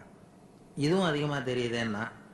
அப்படின்னா ஒன்று செய்ய, அதுவும் அந்த ஆற்று ஓரமாக ஒரு தென்னை மரம் இருக்கு பார், அதில் நீயே ஏறி பறிச்சுக்கோ, ஒரு தேங்காய்க்கு 1 ரூபா கொடுத்தா போதும் அப்படின்னார் அந்த தோப்புக்கு சொந்தக்காரர். இவனுக்கு மரம் ஏற தெரியாது, இருந்தாலும் ஆசை யாரை விட்டுது, விலை சல்லிசாக இருக்குதே. ஆற்று ஓரம் போனால் தட்டு தடுமாறி அந்த மரத்தில் ஏறினா அந்த தென்னை மரம் வளைஞ்சி ஆற்று பக்கம் போய் அப்புறம் நிமிர்ந்து இருந்தது. அதாவது மரத்தின் உச்சி சரியாக ஆற்றுக்கு நடுவில் இருந்தது. ஆற்றுல வெள்ளம் கரபுரண்டு ஓடிக்கிட்டு இருக்கு. இவன் கடவுள் கொடுத்த 1,00,000 ரூபாயை மடியில் வச்சு இறுக்கி கட்டிக்கிட்டான். உச்சிக்கு போய் காய் பறிக்கிற சமயத்தில் காற்றும் மழையும் பலமாக கலந்து அடிக்க ஆரம்பிச்சுட்டுது. கால் வழுக்கி விட்டுட்டுது. இவன் சடார்னு ஒரு தென்னை மட்டையை பிடிச்சிக்கிட்டு தொங்க ஆரம்பிச்சிட்டான். கீழே பயங்கரமான வெள்ளம், மடியில் 1,00,000 ரூபா பணம், என்ன செய்யறதுன்னு தவிக்கிறான். இந்த சமயம் கரையில் ஒரு யானை பாகன் யானையை குளிப்பாட்டிக்கிட்டு இருக்கிறான். அது அவன் கண்ணில் பட்டது. ஐயா ஒரு உதவின்னு கத்துனான். அவன் என்ன செய்யணும்னு கேட்டான். உன் யானையை மெதுவாக இங்கே அழைச்சிட்டு வா, எனக்கு நேராக கீழே நிறுத்து, என் காலை பிடிச்சி மெதுவாக கீழே இறக்கி விட்டுரு, என் மடியில் இருக்கிற பணத்தில் உனக்கு 10,000 ரூபா தரேன் அப்படின்னா. அவன் பார்த்தான், காலை கையை பிடிச்சா கூட எவனும் இந்த காலத்தில் 10 ரூபாய்க்கு மேலே தரமாட்டேங்கிறான், இவன் காலை பிடிச்சா 10,000 தர்றேங்கிறான் அப்படின்னு யோசனை பண்ணான். உடனே யானையை கொண்டுட்டு போனான். அவனுக்கு நேராக கீழே நிறுத்தினான். அவன் காலை பிடிச்சான், அவ்வளவுதான். அந்த நேரம் பார்த்து யானை மெதுவாக நடந்து அப்பால் போட்டுது. இப்போ யானை பாகன் அவன் காலை கெட்டியாக பிடிச்சிக்கிட்டு தொங்குறான். பரிதாபமாக மேலே பார்க்குறான், அவன் மட்டையை பிடிச்சிக்கிட்டு தொங்குறான். இப்போ யானை பாகன் சொல்கிறான், தம்பி மட்டையை விட்டுறாத, கெட்டியாக பிடிச்சிக்கோ, நான் உனக்கு 10,000 ரூபா தரேன், இதோ மடியில் தான் வச்சுருக்கேன்னா. மேலே தொங்குறவனுக்கு இந்த நிலைமையிலேயும் ஒரு சந்தோஷம், மேற்கொண்டு ஒரு 10,000 ரூபா நமக்கு கிடைக்கும் போல இருக்கே அப்படின்னு. இந்த சமயத்தில் ஒருத்தன் ஒட்டகத்தை ஓட்டிகிட்டு வந்தான் அந்த பக்கமாக குளிப்பாட்டுறதுக்கு. யானை பாகம் பார்த்துட்டான். ஐயா ஒட்டகக்காரரை, அதை இங்கே கொண்டுட்டு வா, எங்கள் காலை பிடிச்சி பத்திரமா இறக்கி விடு, நாங்கள் பணம் கொடுக்குறோம்னா. அவனும் பணத்துக்கு ஆசைப்பட்டு வந்தான். அவன் காலை பிடிக்கிற சமயம் ஒட்டகமும் நழுவி போட்டுது. இப்போ 3 பேருமே வரிசையாக தொங்குறாங்க. ஒட்டகக்காரன் கத்துறான், தம்பி மட்டையை விட்டுறாத, கெட்டியாக பிடிச்சிக்கோ, நான் என் மடியில் இருக்கிற 5,000 உனக்கு தந்துடுறேன்னா. மேலே தொங்குறவனுக்கு இன்னமும் சந்தோஷம், இவனும் பணம் தர்றேங்கிறான் அப்படின்னா இன்னைக்கு நமக்கு மொத்த பண வரவு எவ்வளவு அப்படின்னு ஒவ்வொன்றா கூட்டி பார்க்க ஆரம்பித்தான். மனக்கணக்கு சரியாக வரல, அதனால் அப்படியே விரலை விட்டு எண்ண ஆரம்பித்தான். அவ்வளவுதான், மட்டையை விட்டுட்டு கை நழுவி வந்துட்டுது. 3 பேரும் பொத்துன்னு ஆற்றுல விழுந்தாங்க. படாத பாடுபட்டு தட்டு தடுமாறி கரைக்கு வந்து சேர்ந்தாங்க. 3 பேர் மடியில் இருந்த பணமும் ஆற்றோட போட்டுது. பேராசை பெருநஷ்டம் அப்படின்னு ஒரு பழமொழி இருக்குல்ல, அதை விளக்கறதுக்காக சொல்லப்பட்ட கதை இது. இந்த காலத்தில் ஒருத்தர் ஒரு நீச்சல் குளத்தில் நீச்சல் அடிச்சுக்கிட்டு இருக்கிறார். காவலுக்கு இருந்தவர் அதை கவனிச்சுட்டார். கரையிலேருந்து சத்தம் போட்டாராம், இதோ பாருங்க, இங்கே ராத்திரி 8 மணிக்கு மேலே நீச்சல் அடிக்கிறது சட்டப்படி குற்றம், அதுக்கு அனுமதி கிடையாது, தெரியாதா உங்களுக்கு அப்படின்னாராம். இதுக்கு அவரு, ஐயையோ நான் நீச்சல் அடிக்க வந்தவன் இல்லைங்க, சும்மா சுற்றி பார்க்க வந்தவன், தடுமாறி குளத்தில் விழுந்துட்டேன், நீச்சல் தெரியாது, அதனால் தத்தளிச்சுக்கிட்டு இருக்கிறேன் அப்படின்னு கத்துனாராம். கரையில் இருந்தவர் பார்த்தார், ஓ அப்படின்னா சரி, அதுக்கு ஒன்றும் தடை இல்லை அப்படின்னு சொல்லிவிட்டு அவர் பாட்டுக்கு நடந்து போயிட்டாராம். ஒரு ஊரில் ஒரு ஆள் இருந்தான். நிறைய பணம் சேர்த்தான். அவனுக்கு சம்பாதிக்க தெரியுமே தவிர செலவு பண்ண தெரியாது. மகா கஞ்சன். காசை கையில் எடுக்கவே மாட்டான். எடுத்தால் செலவு செய்ய வேண்டியிருக்குமே, அதனால் இப்படியே அவன் காலத்தை ஓட்டி விட்டான். வயசாயிட்டுது. அவனுடைய மனைவி ஒரு நாள் கேட்டாங்க, இவ்வளவு நாளாக நீங்கள் என்னை எங்கேயுமே அழைச்சிட்டு போனதில்லை, இப்போவாவது அழைச்சிட்டு போகக்கூடாதா அப்படின்னாங்க. எங்கே போகணும் சொல்லுன்னா. காசிக்கு போகணும், கங்கையில் குளிக்கணும்னாங்க. இவன் பார்த்தான், இதுக்கு ஏன் அவ்வளவு தூரம் செலவு பண்ணிட்டு போகணும், நம்ம ஊர் ஆற்றுலேயே குளிக்கலாமே, இதுவும் புண்ணிய நதி தான், இங்கே குளித்தா அங்கே குளித்த பலன் கிடச்சிரும் அப்படின்னா. சரின்னு 2 பேரும் ஆத்தங்கரைக்கு போனாங்க. அன்றைக்கி ஏதோ விசேஷம், நிறைய கூட்டம், நிறைய பேர் குளிச்சுக்கிட்டு இருக்கிறாங்க. கரையில் சில புரோகிதர்கள் நின்றுக்கிட்டு இருக்கிறாங்க. குளிக்கிறதுக்கு முந்தி அவங்கக்கிட்ட உட்காந்தா ஏதோ மந்திரம்லாம் சொல்லுவாங்க, கொஞ்சம் காசு கொடுக்க வேண்டியிருக்கும். அதனால் இவன் என்ன பண்ணான், ஆத்தங்கரையிலேயே கொஞ்சம் தூரம் போனான். ஊரை விட்டு தள்ளி வந்துட்டான், அங்கே யாருமே இல்லை. அப்பாடான்னு சந்தோஷப்பட்டான், குளிக்கலாம்னு புறப்பட்டான். இந்த நேரம் கடவுள் பார்த்தார், இந்த கஞ்சனுக்கு ஏதாவது புத்தி போகட்டணும் அப்படின்னு நினைச்சார். உடனே ஒரு புரோகிதர் மாதிரி உருவத்தை மாற்றிக்கிட்டு அந்த ஆள் முன்னாடி வந்து நின்னார். அவனுக்கு அதிர்ச்சி. இங்கே யாருமே இருக்க மாட்டாங்கன்னு நினச்சா இங்கேயுமே ஒரு ஆள் வந்துட்டாரு, என்ன பண்ணுறதுன்னு யோசனை பண்ணான். புரோகிதர் உருவத்தில் இருந்த கடவுள் சொன்னார், இதை பாருங்க, இன்னைக்கு விசேஷ நாள், நீராடுறதுக்கு முன்னாடி சுயகல்பம் பண்ணிக்கிறது ரொம்ப நல்லது அப்படின்னார். என்கிட்ட பணம் எதுவும் இல்லையேன்னா, பரவாயில்ல அப்புறமா கொடுங்க வாங்கிக்கிறேன், ஆனால் ஒன்று, எவ்வளவு கொடுப்பீங்கிறத மட்டும் இப்போவே சொல்லி கொடுங்க அப்படின்னார். இவன் ரொம்ப யோசனை பண்ணான். ஒரு 10 பைசா தரேன் அப்படின்னா. சரின்னு ஒத்துக்கிட்டு எல்லா கிரியைகளையும் அவர் செஞ்சார். அதுக்கப்புறம் கணவனும் மனைவியும் ஆற்றுல குளிச்சாங்க. அவர் போயிட்டார். கொஞ்ச நாள் கழித்து அவன் வீட்டுக்கு வந்தார் கடனை வசூல் பண்ணுறதுக்கு. வாசலில் நின்றுக்கிட்டு இருந்த அவன் மனைவி இவரை பார்த்ததும் தயங்க ஆரம்பித்தாங்க. அந்த அம்மா கிட்ட விஷயத்த சொன்னார். அந்த அம்மா ஓடி போய் உள்ளே இருக்கிற தன்னுடைய கணவர்கிட்ட சொன்னாங்க. அவன் யோசனை பண்ணான், இப்போ வெளியில் போனால் அவனுக்கு 10 காசு கொடுக்க வேண்டியிருக்கும், அதனால் எனக்கு காய்ச்சல்னு அந்த ஆளுகிட்ட சொல்லிவிடு, இன்னொரு சந்தர்ப்பத்தில் என்னை வந்து பார்க்க சொல்லு அப்படின்னா. அந்த அம்மா போய் சொன்னாங்க.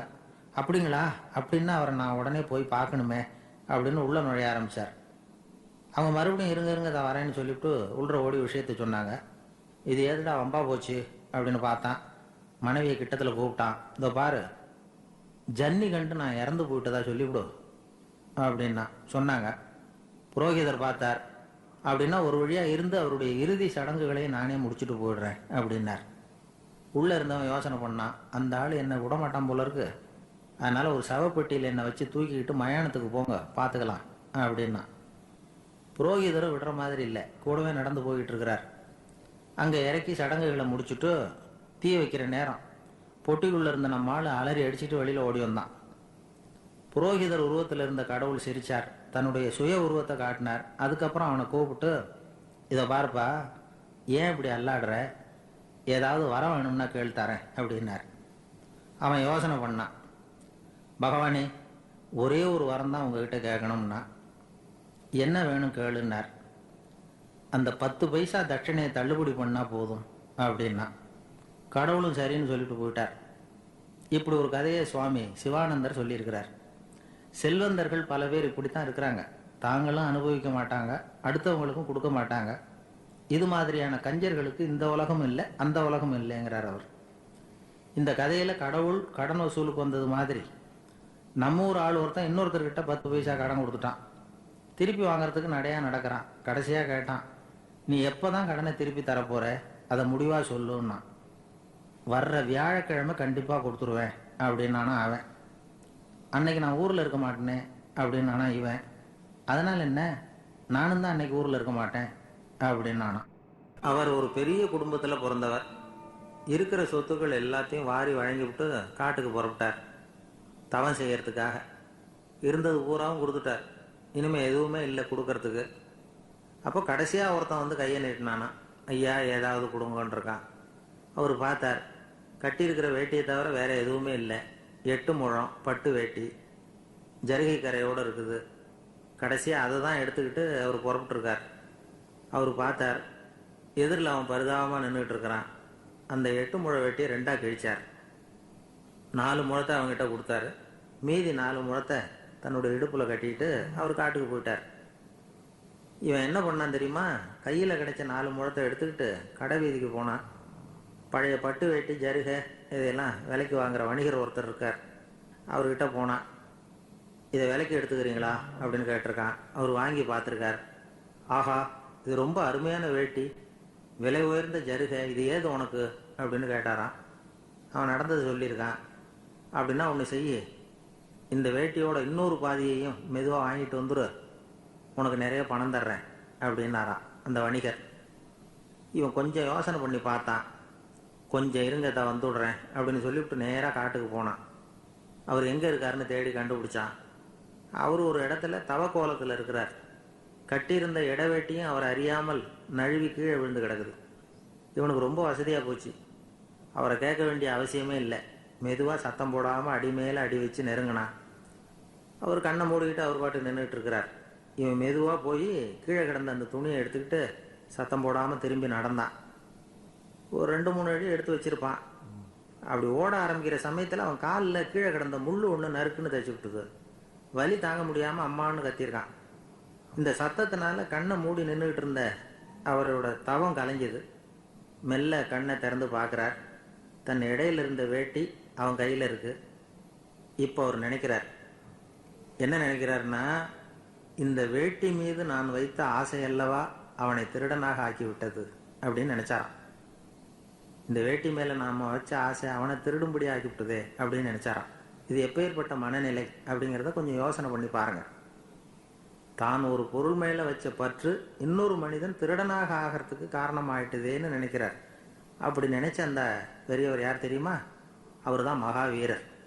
இழந்துட்டேங்கிறியே, நீ என்னத்தை கொண்டுகிட்டு வந்த எங்கே இழந்துடுறதுக்கு? நீ என்னத்தை உண்டாக்குன இது அழிஞ்சுட்டுதுன்னு சொல்கிறதுக்கு? இதுதான் அவருடைய சிந்தனை. இன்றைக்கு நம்ம சிந்தனையெல்லாம் வேறு மாதிரி இருக்குது. ஒருத்தன் நடுத்தெருவில் உட்காந்து அழுதுகிட்டு இருந்தான். அந்த வழியாக வந்தவர் ஒருத்தர், ஏன்பா அழறேன்னு கேட்டாராம். 5 ரூபா சார், அது எனக்கு இந்த இடத்துல விழுந்துட்டுது, ரொம்ப நேரமாக தேடுறேன், கிடைக்காது போல இருக்கு அப்படின்னு சொல்லிவிட்டு அழறான். எப்போ தொலைஞ்சதுன்னு கேட்டாரான் அவர். அது எனக்கு தெரியாது சார், பணத்தை தொலைச்சவன் தேடி பார்த்துட்டு போயிட்டான், நான் அவனுக்கு பின்னாடி தேட வந்தவன் அப்படின்னு நானா. இந்த உலகத்தில் தான் மட்டும் வாழ்ந்தா போதும் அப்படின்னு நினைக்கிறவங்க உண்டு.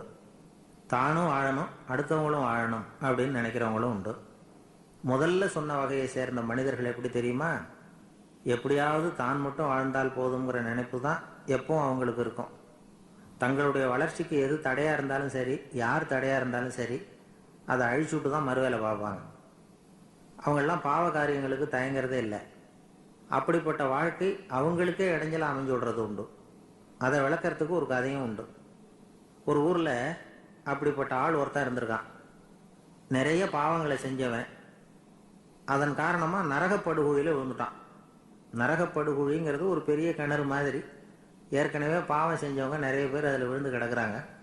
உள்ள ஏகப்பட்ட சத்தம், எல்லாம் அந்த பாவாத்மாக்கள் போடுற சத்தம்.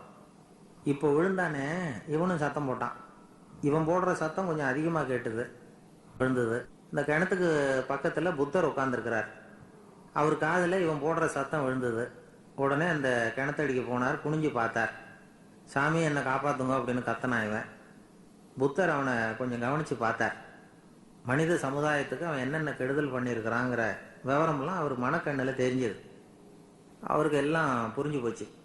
இருந்தாலும் அவனை காப்பாற்றுறதுக்கு ஏதாவது வழி உண்டா அப்படின்னு யோசித்தார்.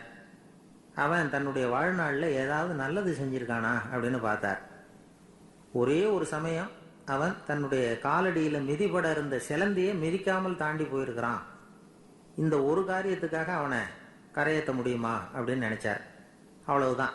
உடனே அவர் கையில் ஒரு சிலந்தி வந்து உட்காந்துதான். அதுகிட்ட இருந்து நூல் இழை வெளிவர ஆரம்பிச்சது.